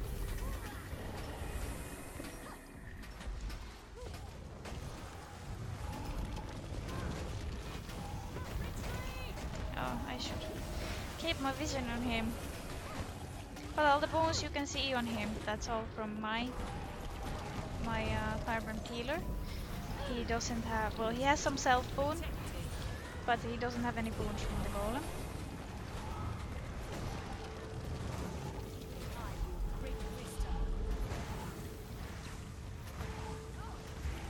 Now, as you can see, my Mother of Solace is on cooldown. That is because it is bugged. Sometimes it will go on cooldown even if you use it when it has 2 charges. If you notice that yourself, you're not crazy. It's just that it is still bugged. But as you can see, he has pretty good boons, and the build will give you a lot of boon, which is pretty nice in fractals because then you do not need chrono separately. Does anyone have any questions about the Firebrand Healer? While you ask your questions, we will do another golem, but now we will have the actual strongest field to demonstrate how much this build heals. And this healing I will be doing now is with the actual quickness traits, and I will not be using the Signet of Courage.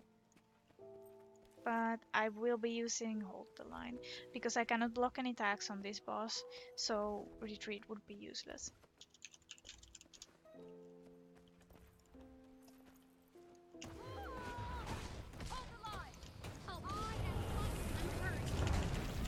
It's going down quite fast.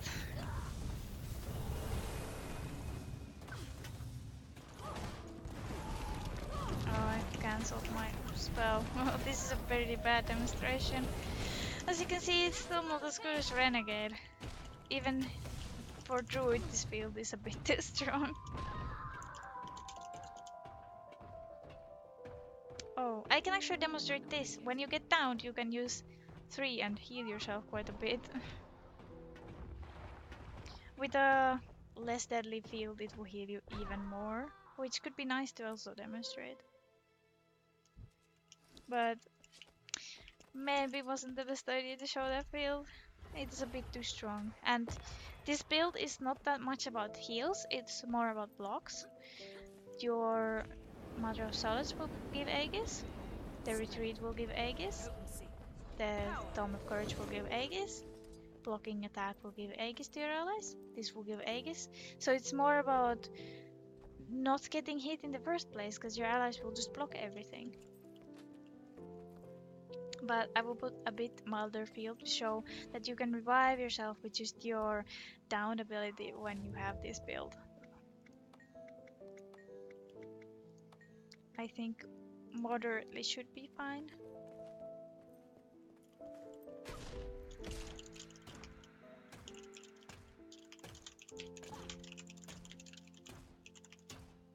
It takes a bit to get down when you have minstrel gear. I might not make it. Give up yet? But here we go. We will have to wait a bit for our 3 to come off cooldown. If you have some fractal indicators, you can always use 2 to kick them away. But here, as you can see, I'm healing quite a bit with just this symbol of judgment. And with an even weaker field, or maybe you just got downed and there is only few mobs attacking you, you can almost fully revive yourself with it.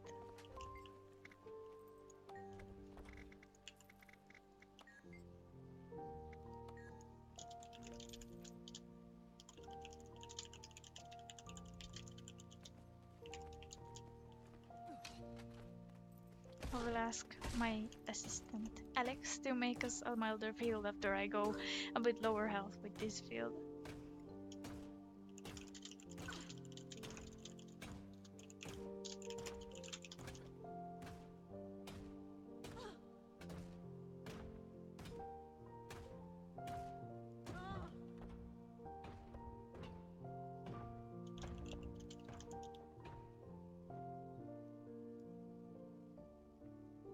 So here we will use the symbol of judgment, and as you can see, we're healing quite a bit with it, so you can keep yourself alive quite long with just your down abilities with this build.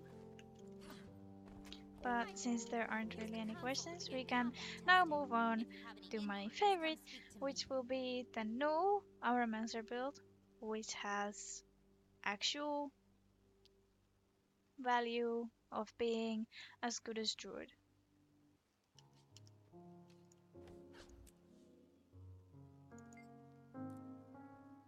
This is a completely new build that I have developed myself with Alex and Robert last week. So this is completely new.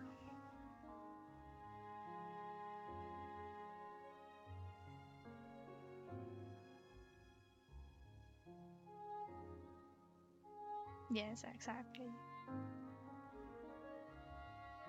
And how many legendaries do I have? I don't remember, let's say that. I'd say over 5.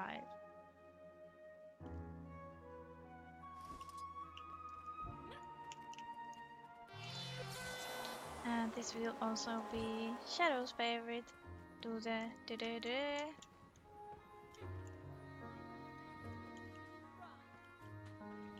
Meanwhile, Alex is having fun with the golem.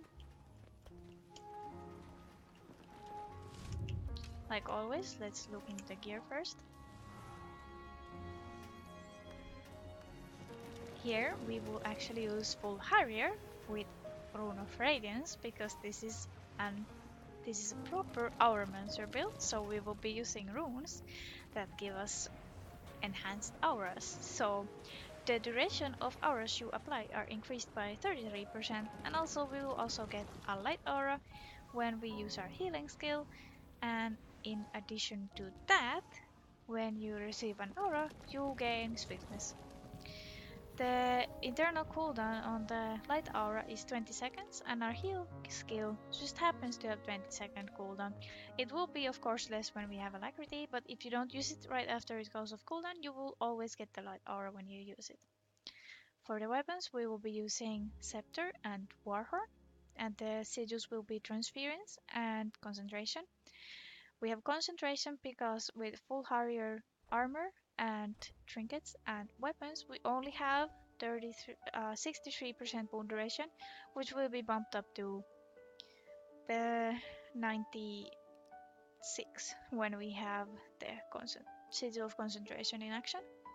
But if you don't want the Sigil of Concentration, you can also take just Transference and Sigil of Renewal, and then you can take Leadership runes or Durability runes, so you can get full duration from your armor instead of the Sigil.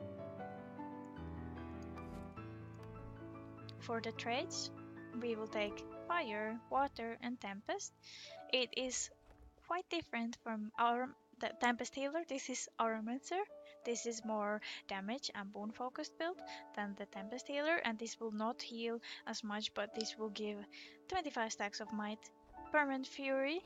It will also give Vigor, Regen, Swiftness, some protection, so it is quite nice build.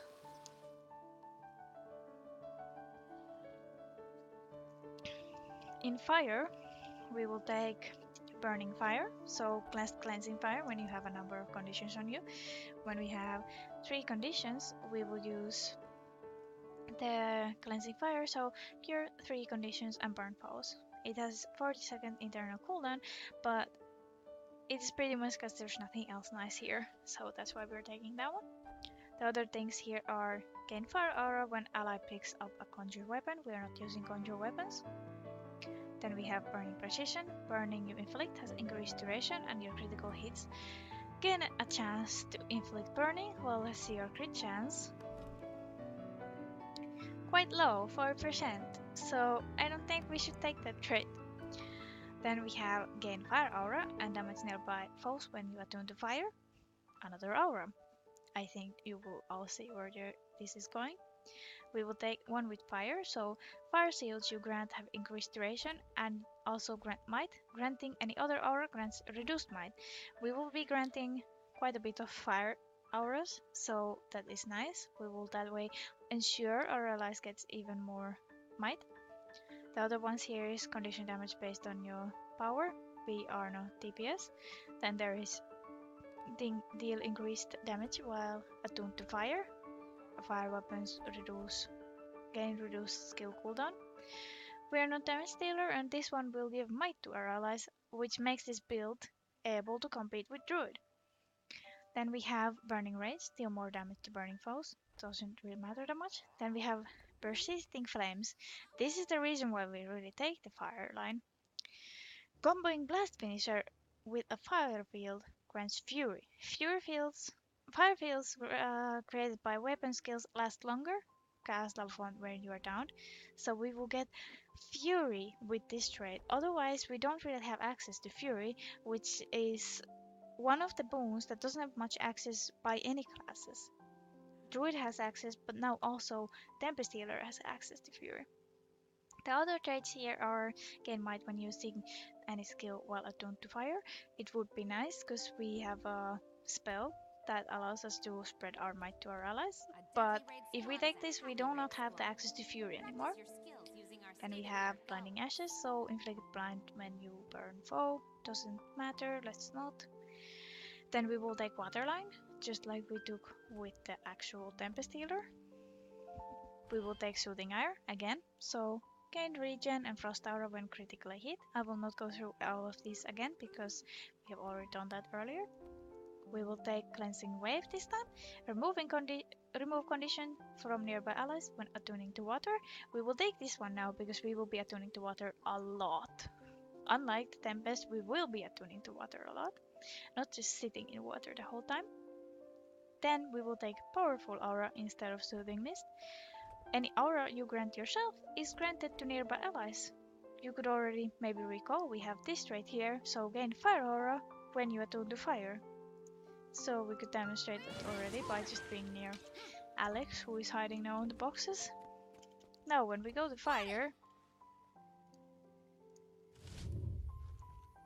Did I change my trait? Oh, I guess it only works when you're in combat, but he should get fire aura. Let's just put some kind of field down so you can see that.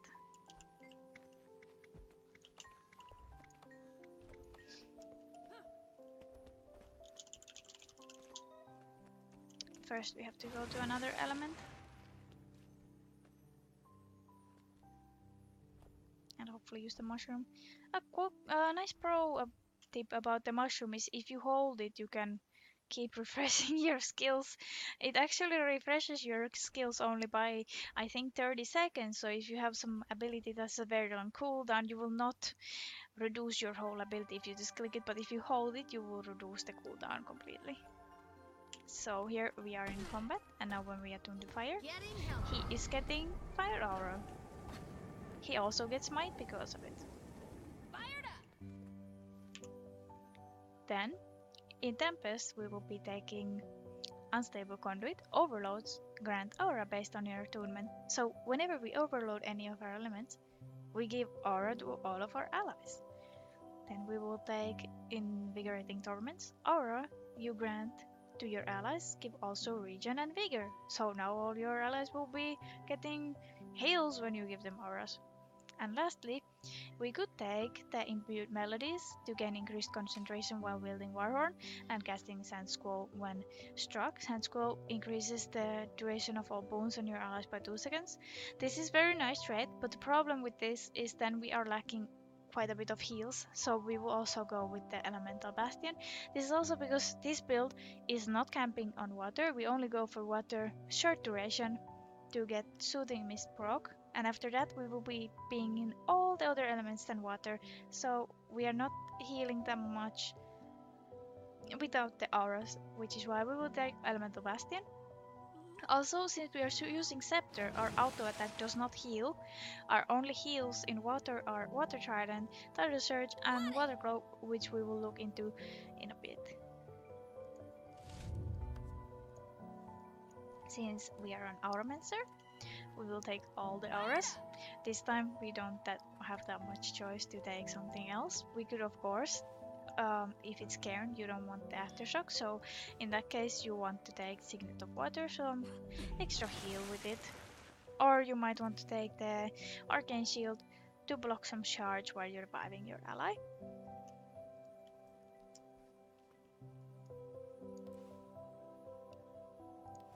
In the weapon abilities, we have a lot of things that are very nice, and we are using all the elements, so it is very important to know what your weapon attacks do.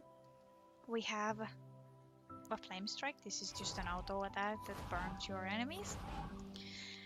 We have Dragon's Tooth, which is a blast finisher with a bit of a delay. We have Phoenix, which is also a blast finisher. This is the reason why we take Scepter, it has a lot of blast finishers. Then in the Warhorn we have Heatsink. Give stacks of might to yourself. We get 3 stacks ourselves. Then spread boons you have to your allies.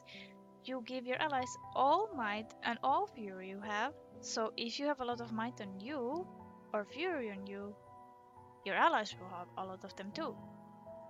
This is the reason why we can now compete with Druid.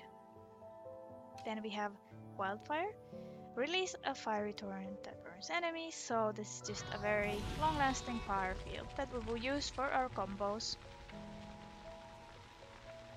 Then we have Overload Fire, which is just that we spin around, take a while, and then we get the aura after it's done. This also grants might, as you can see. It has a pulsing might. It gives it pulses, I think, 5 times, so it gives 5 stacks of might to 5 allies. Then we have the Water Attunement.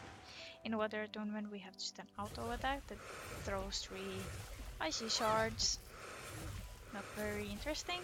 We have Shatterstone, which has 3-second cooldown for 5 stacks of 15-second vulnerability, so we can use this to stack vulnerability on our enemies. Then we have Water Trident, which heals quite a lot your allies, and it has flat healing of about 3k, and it also has regen for about 1k. But no, and it heals 3 allies. It has quite a large distance as well, so you can use this to heal your allies. Then we have Tidal Surge. This is one of the few CCs you have. This is a knockback. It's also flat heal and regen. It looks like this. Then we have Water Globe, and it's a moving, I would say it's a moving water field that heals your allies. It pulses 4 times for 700 heal, and it's a water field of course. Then we have Overload Water, which just heals a lot and removes conditions. A reminder about overloads is if you use an overload, then your attunement will take extra 20 seconds to charge. But if you don't overload, you can change your attunement faster. For example, now we're in fire. We go out of fire. It has 9-second cooldown. When we went out of it right after, I will show you what happens if we overloaded water, for example, how long the cooldown is if we then switch out.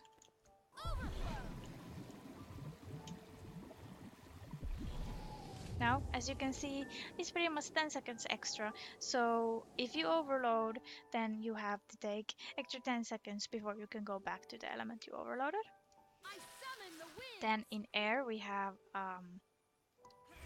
it's kind of a laser beam, but with electricity. Then we have Lightning Strike and Blinding Blast. These don't have cast time, they just shoot a lightning at any foe that is nearby, so you can just use these of cooldown, doesn't matter. Then here we have Cyclone. This gives swiftness, and it's the other CC you have. And then we have Lightning Orb, which just launches an orb that will zap the enemies that go near it. Then we have Overload Air. This will give us the Electric Aura, which will stun enemies. And it also gives your allies this static charge, so their next attack will deliver a lightning strike. It also has a nice damage in it. Then we have Earth. In Earth we have Stone Charge, so we just throw rocks at our enemies. Then we have Rock Barrier. You have to be careful with Rock Barrier if you're substituting some of your, let's say, Harrier gear with Giver's gear. Giver gear is exactly the same as Harrier, but instead of power main, it has toughness main. So if you're substituting some of your Harrier gear with Giver's, you might get high toughness, and if you use this, you get extra 250 toughness, which might make you go higher than your tank. So you have to be careful when you use this if you have Giver gear in the mix. So it gives you some extra toughness, and you can also throw these rocks at your enemies if you had any. Then we have Dust Devil. This is off CC. It just uses a blind. Then we have Sand Scroll. This will give magnetic aura to all of your allies. Just be careful not to use this at bosses like Cairn, or if you're at bosses like Matthias, you should only use it when you're trying to reflect Matthias's when he has the bubble and you're trying to reflect his attack, so the bubble goes away. You should use it then, but other than that, you shouldn't use it, because otherwise you might reflect back those shards that give him a damage increase. It also gives protection to your allies, and it's a blast finisher, and it increases the duration of the boons on your allies by 2 seconds. So as you can see, the boons got a bit extra duration with it. Then we have Dust Storm, Blinds, Bleeds. You can just use this as an attack. Then we have Overload Earth, which will give us magnetic aura when we finish. It also has a blast finish, and it also cripples and immobilizes enemies and gives you stability and protection. And when you are done overloading, it will leave an area that gives protection to your allies. As you can see, our protection went up a bit afterwards. now that we have looked into all of the weapon skills, we can actually look into the rotation. I will first explain it without a damaging field in slow motion. Or, well, we could first just see it in action and then explain the rotation. Inquiries, come speak to me. We will take alacrity because the build will not give alacrity, but we will take, and also quickness, but we will not take any other boons.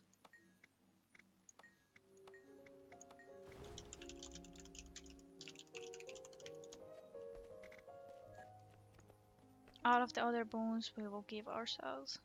But I can also give you a sneak peek of how much might and fury we will give our ally.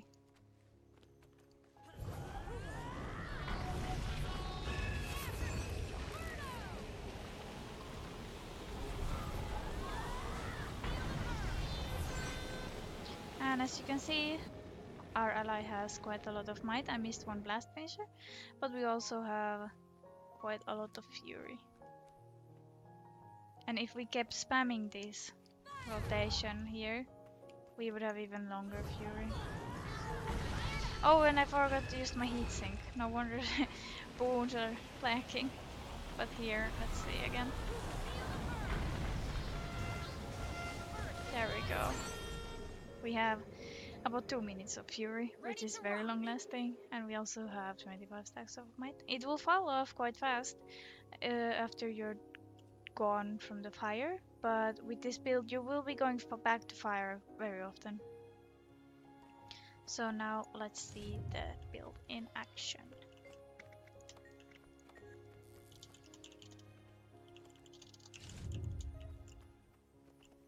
And I will also use food for this build. I'm using rice balls and peppermint oil.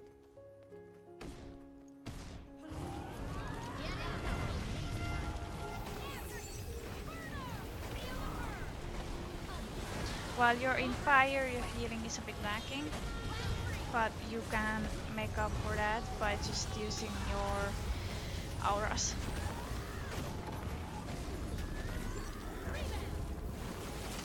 It's also a bit more damaging field, so healing this is a bit harder.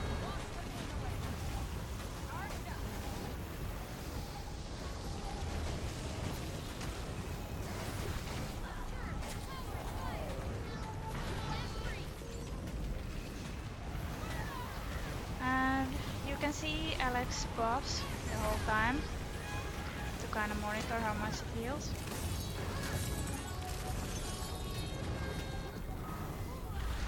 The golem dies a bit fast, so I guess we should take a bit stronger golem.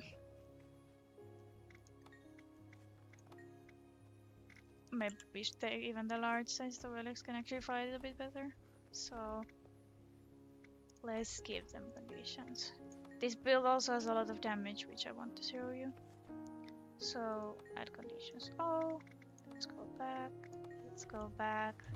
Spawn golem, huge golem with 4 million health.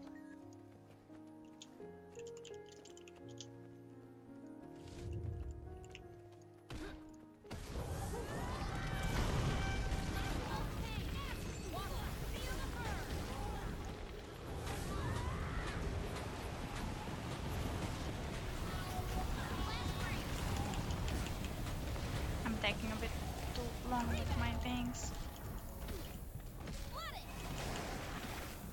The fire part of the rotation is quite long taking.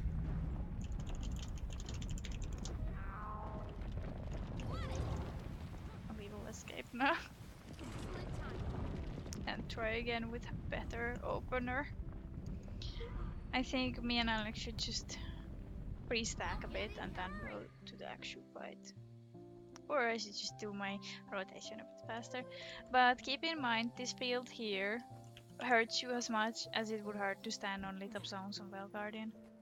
So if you can heal through this field, your build can heal through almost anything. And I have tested this build at almost all raid bosses, and it does pretty much as well as a druid would do. If you want some logs or data about the boon durations on those bosses, I can provide them to you personally.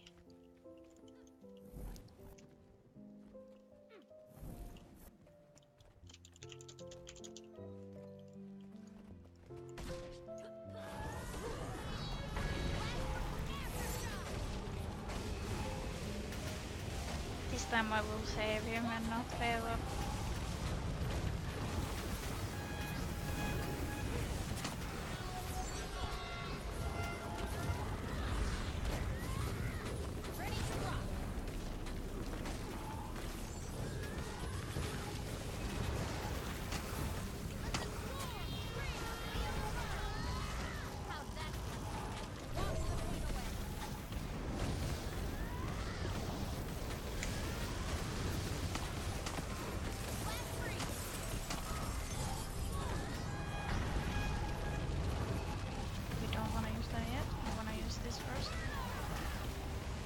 This is the most painful part when you have to overload.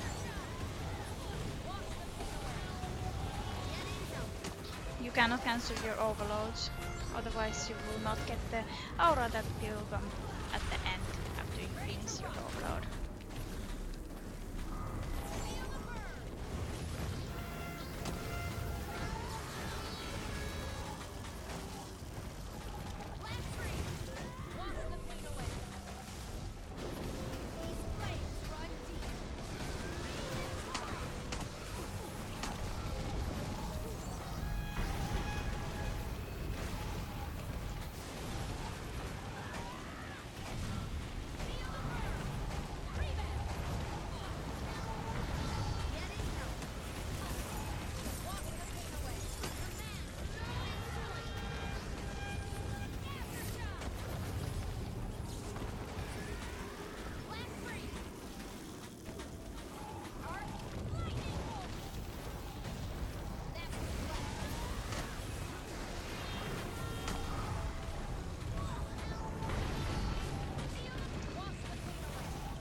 We're taking this bigger golem so we can actually see this for a bit longer duration.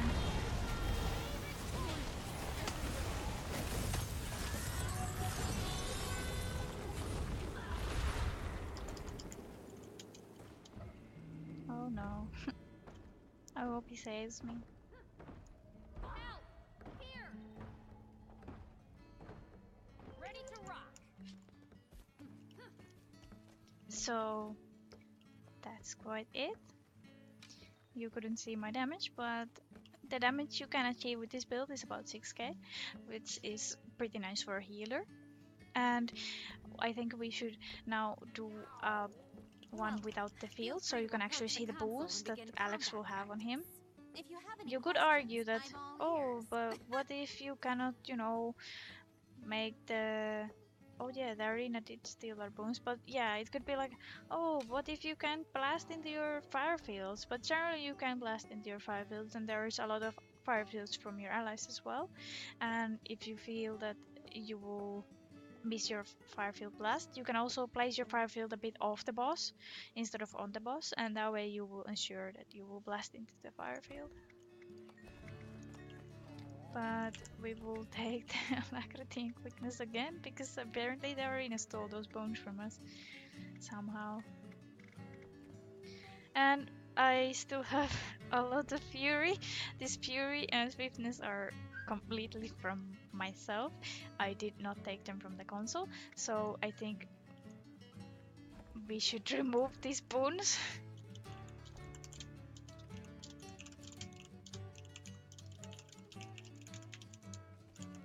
So we can actually see how much self boon we can give during this test.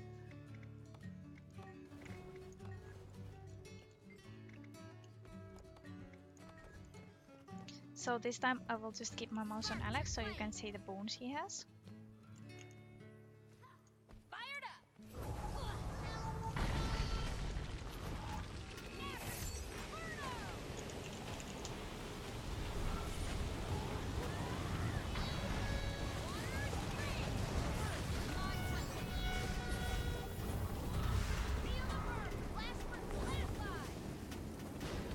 Pretty much all the boons you can see on Alex is from my build.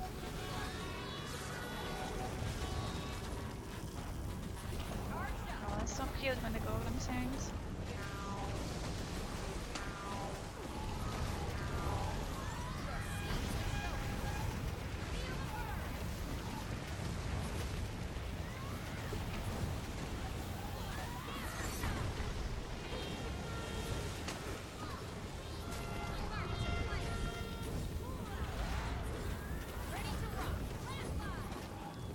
protection is a bit of a miss with this build. Also the Fury, well, the Fury is also for 5 people on Druid, but the Might is only for 5 people with this build. So I would always recommend that you have at least one Druid in your raids. But you can have this in the other subgroup to have some more fun.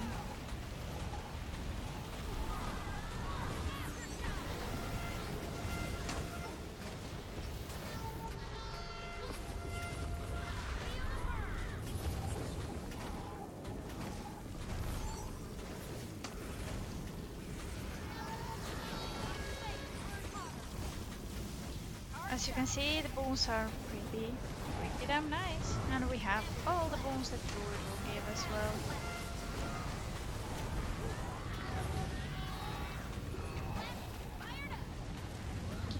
You could also argue that, oh, but Druid has all those nice spirits with extra damage. Well, we have auras. And in addition to that, we also give the Fire Aura, which will burn enemies whenever whoever who has the aura gets hit. And we have tested how much burning that does, and it's actually more burning than the Sun Spirit will do. So with Fire Aura, you will even burn the boss even more than with this. But as you can see, the boons are pretty damn nice. We still have like 2 minutes of Fury on Alex. We still have some Might. We have Regen, we have Swiftness, we have Vigor. We have pretty much everything that Druid would offer. Next up, we will look at the rotation. I will spawn a golem and just do it slower and explain what we are doing. So, in fire, our main goal is just to get a lot of blast finisher in fire fields. So, we will first use Dragon's Tooth because it has a delay. We will then use Wildfire to bring the fire field. Then we will use Phoenix to blast into it. Then we will use Aftershock if it's off cooldown to get even extra blast. We will not use the heatsink yet. We will first use Overload because Overload also gives Might. Then we will use the Dragon's Tooth again into the Overload fire field, and then we will use our heatsink. So basically it would look like this. Aftershock, Overload, push Dragon's Tooth into that field, and after it drops, you use heatsink. And that's how you get a lot of nice boons for your ally. Let's see that again. Let's also remove the golem so we can use the mushrooms blessing. So we will use 2, 5, 3, Aftershock if it's off cooldown, Overload, 2 into the Overload fire field, then use 4. So 2, 5, 3, Aftershock, Overload, 2 into the fire field. After it blasts, you use heatsink. And that's what you do in the fire. After fire, we will go to water. In water, we only use the Shatterstone. And after we have used Shatterstone, we will go to earth. Why do we go to water just to use Shatterstone? We're mainly going there to get the Soothing Mist. The Soothing Mist, when you get it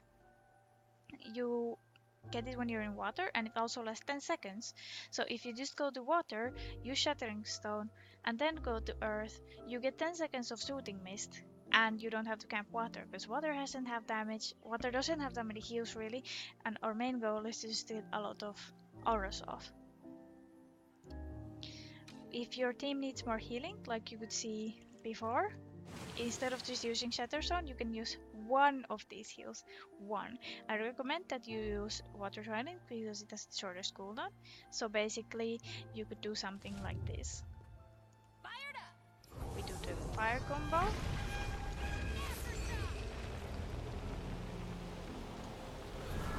Wait for the blast. Go to water, use Shatterstone, use one heal, then go to earth. But if your team doesn't need any heals, do not use a heal. If they don't need a heal, then only use Shatterstone. In earth, we use Sand Squall, because then we can get even more blast finishers into a fire field, because this is also a blast finisher. We also use this first because it increases the duration of the boons your allies have by 2. So we use this in the fire field. After that, it's phase roll. We use everything we have. You just press every button you have on your keyboard until overload is off cooldown. Then you overload. You have to let it overload. You cannot change your attunement before it has overloaded. Then we go water, Shatterstone, and then we go to air. In air you use 4 first because it gives boons. Then you just use everything off cooldown until you overload. And after that we go water, Shatterstone, and back to fire. And that's basically the whole rotation. So in slow motion it would be 2, 5, 3, aftershock, overload, 2, after it explodes, 4, water, Shatterstone, earth, Sand Scroll into Firefield if you're fast enough, use everything you have, overload,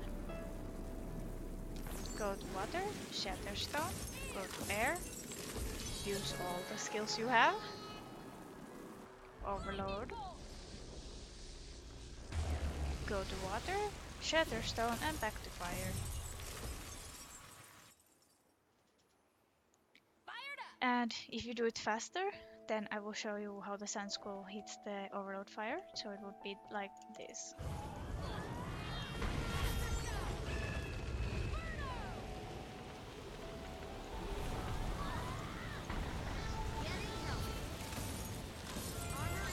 And that's how we got an extra Fire Blast finisher. But that is basically the rotation. It is pretty much phase roll apart from the fire combos and using Sand Scroll in earth. After that you just use everything you have there until you overload. You have to let the overload finish. For example, if I'm overloading earth and I go air, it will cancel my overload, and now we didn't get those auras. So we miss aura, we miss heal, we miss boons. It's not nice. You have to let it overload.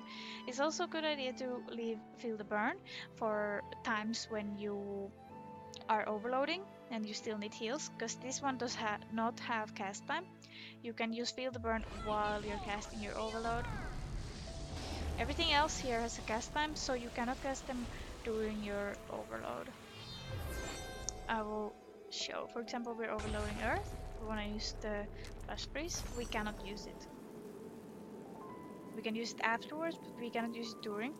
If your ally is dying, you can cancel the overload, but keep in mind, after you finish your overload, you will grant an aura to your ally and you will heal them 4000. The Wash the Pain Away is also a strong heal, and it will give your allies the light aura. Rebound should also be used if you see that your allies are going down, or if you're trying to heal or revive someone while you're taking damage. You could try to revive someone who is in a fire field. Use rebound, keep reviving them.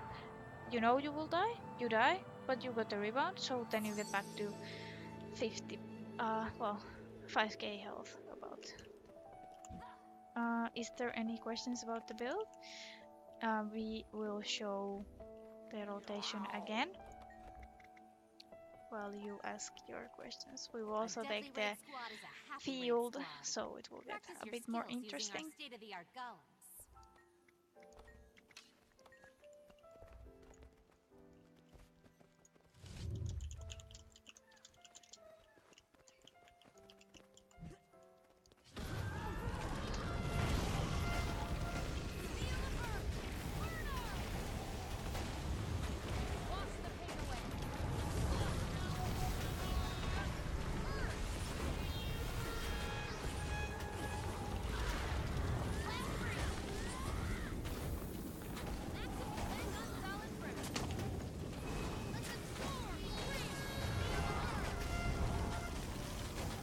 Remember that overloads take long, so you want to use your heal before you overload.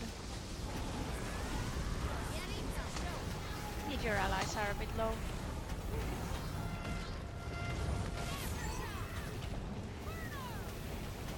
In case you have to overload water, you can camp water and then you can skip air in your rotation. But if you overload water, you can't go to water after when you go to the next element, then you cannot go to water. until the element after. So you will lose some of that shooting mist proc.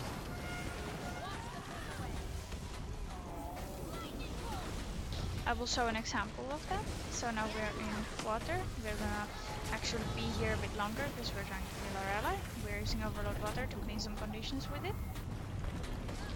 Then we will go to fire like we usually do.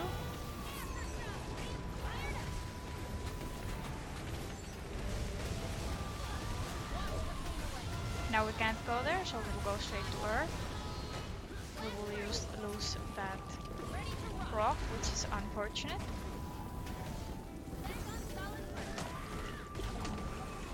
Now that we did it before the fire, we can actually not go to... well, not skip air. But for example, if we did it after fire...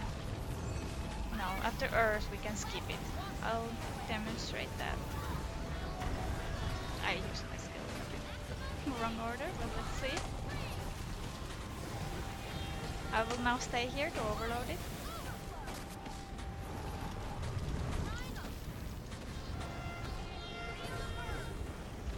And, well, we shouldn't have gone to air, but we could have gone to fire straight.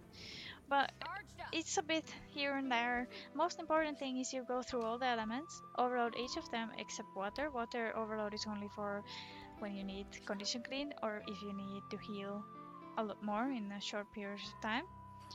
Otherwise you should keep going through the elements, keep attacking, keep granting auras, and you should be fine. But I guess there are no questions. So that means we are quite done. I will then shortly discuss the pros and cons of each build, but other than that, we don't have much more here to do.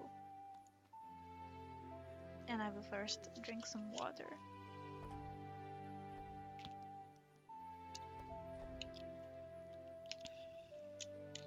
So, for the Tempest Healer, the pros are that it heals a lot, it heals very much. It has a lot of condition clean, and it also has very long range heals and very stable heals. It can revive very well in any dangerous situation. But the cons are it doesn't have much offenses, it does not deal any damage, it has very low CC, and that's about it. Then for the Renegade, it doesn't have that great access to Fury, and it also has the energy based system, so it might be a bit hard to get used to that. But its pros are that it has very sustainable strong heals. It is one of the strongest heals in my opinion. It has the most sustained heals, that's why it is the #1 for Handkiting. It also has very good CC with the staff 5, and it also has very good condition cleaning, and it does have quite very much access to boons with Renegade. For example, it has access to Alacrity, and also with Aventari it has access to Alacrity. It's one of the few other classes than Chronomancer that have access to Alacrity, so that is very good. Then the Firebrand Healer, its pros is that it has a lot, very much Aegis, so you can block all the hits for your team. You don't need to heal anything when you can just block everything. It has a lot of condition clean. It has very great burst heal in the Virtue Tome. It has very good stability, it has very good reflex, it has pretty much everything you want for fractals. It can replace Druid and Chrono, but the problem is that it doesn't give quite as much boost as Chrono does or Druid does, and it also does not give Alacrity. But it's a very good middleman for those two. And in raids, you can replace Chrono and Druid with Renegade and Firebrand Healer. And we have tested that, and they will keep Fury up very well, and they will also keep up quickness and might, so it is completely fine to replace Chrono and Renegade. Chrono and Druid with Renegade and Firebrand, and in some cases maybe even preferable, because then you have more access to stability and blocks. Then we have the new improved Auramancer Healer. This is, well, the first pro in this build is it's very fun to play. You will actually feel like Elementalist because you will be using all the elements. You will feel like real Tempest because you're using all the overloads. You are using all the auras and you're enhancing your auras. So it is the true Auramancer build. The cons is that you don't have that much condition clean. You always clean a condition when you go to water because that will have a condi clean with the trait here. Remove condition from nearby allies when attuning to water. You also heal your allies when you just attune to water. But other than that, it doesn't really have that much condition clean for your allies. Of course, you have the overload water, but when you go to water, you already have to wait 5 seconds for your overload to come off. And if you overload, you cannot go to water for some time, which is unfortunate. It has a lot of auras, which are a nice niche, because not many things have access to auras, and auras will stack with all boons, so if you have all the boons already, you can even further boost your squad with the auras. Another problem with this is that you have to keep doing your rotation. If you lag behind your rotation, you will start falling off with the might stacks from the fire attunements. Another bad thing is that you will have to hit your blast finishers in those fire fields, and it's quite easy that someone just places another field and you will get fucked. But if it's a chrono field, you have one nice thing about it. If you blast into chrono field, you get chaos armor, which is also an aura, so you will also get some healing from that. And most of the blast finishers into any fields are still auras, so even in that case, you will at least heal your allies, but you will give them less might. And I think that's about it, if no one has any more questions.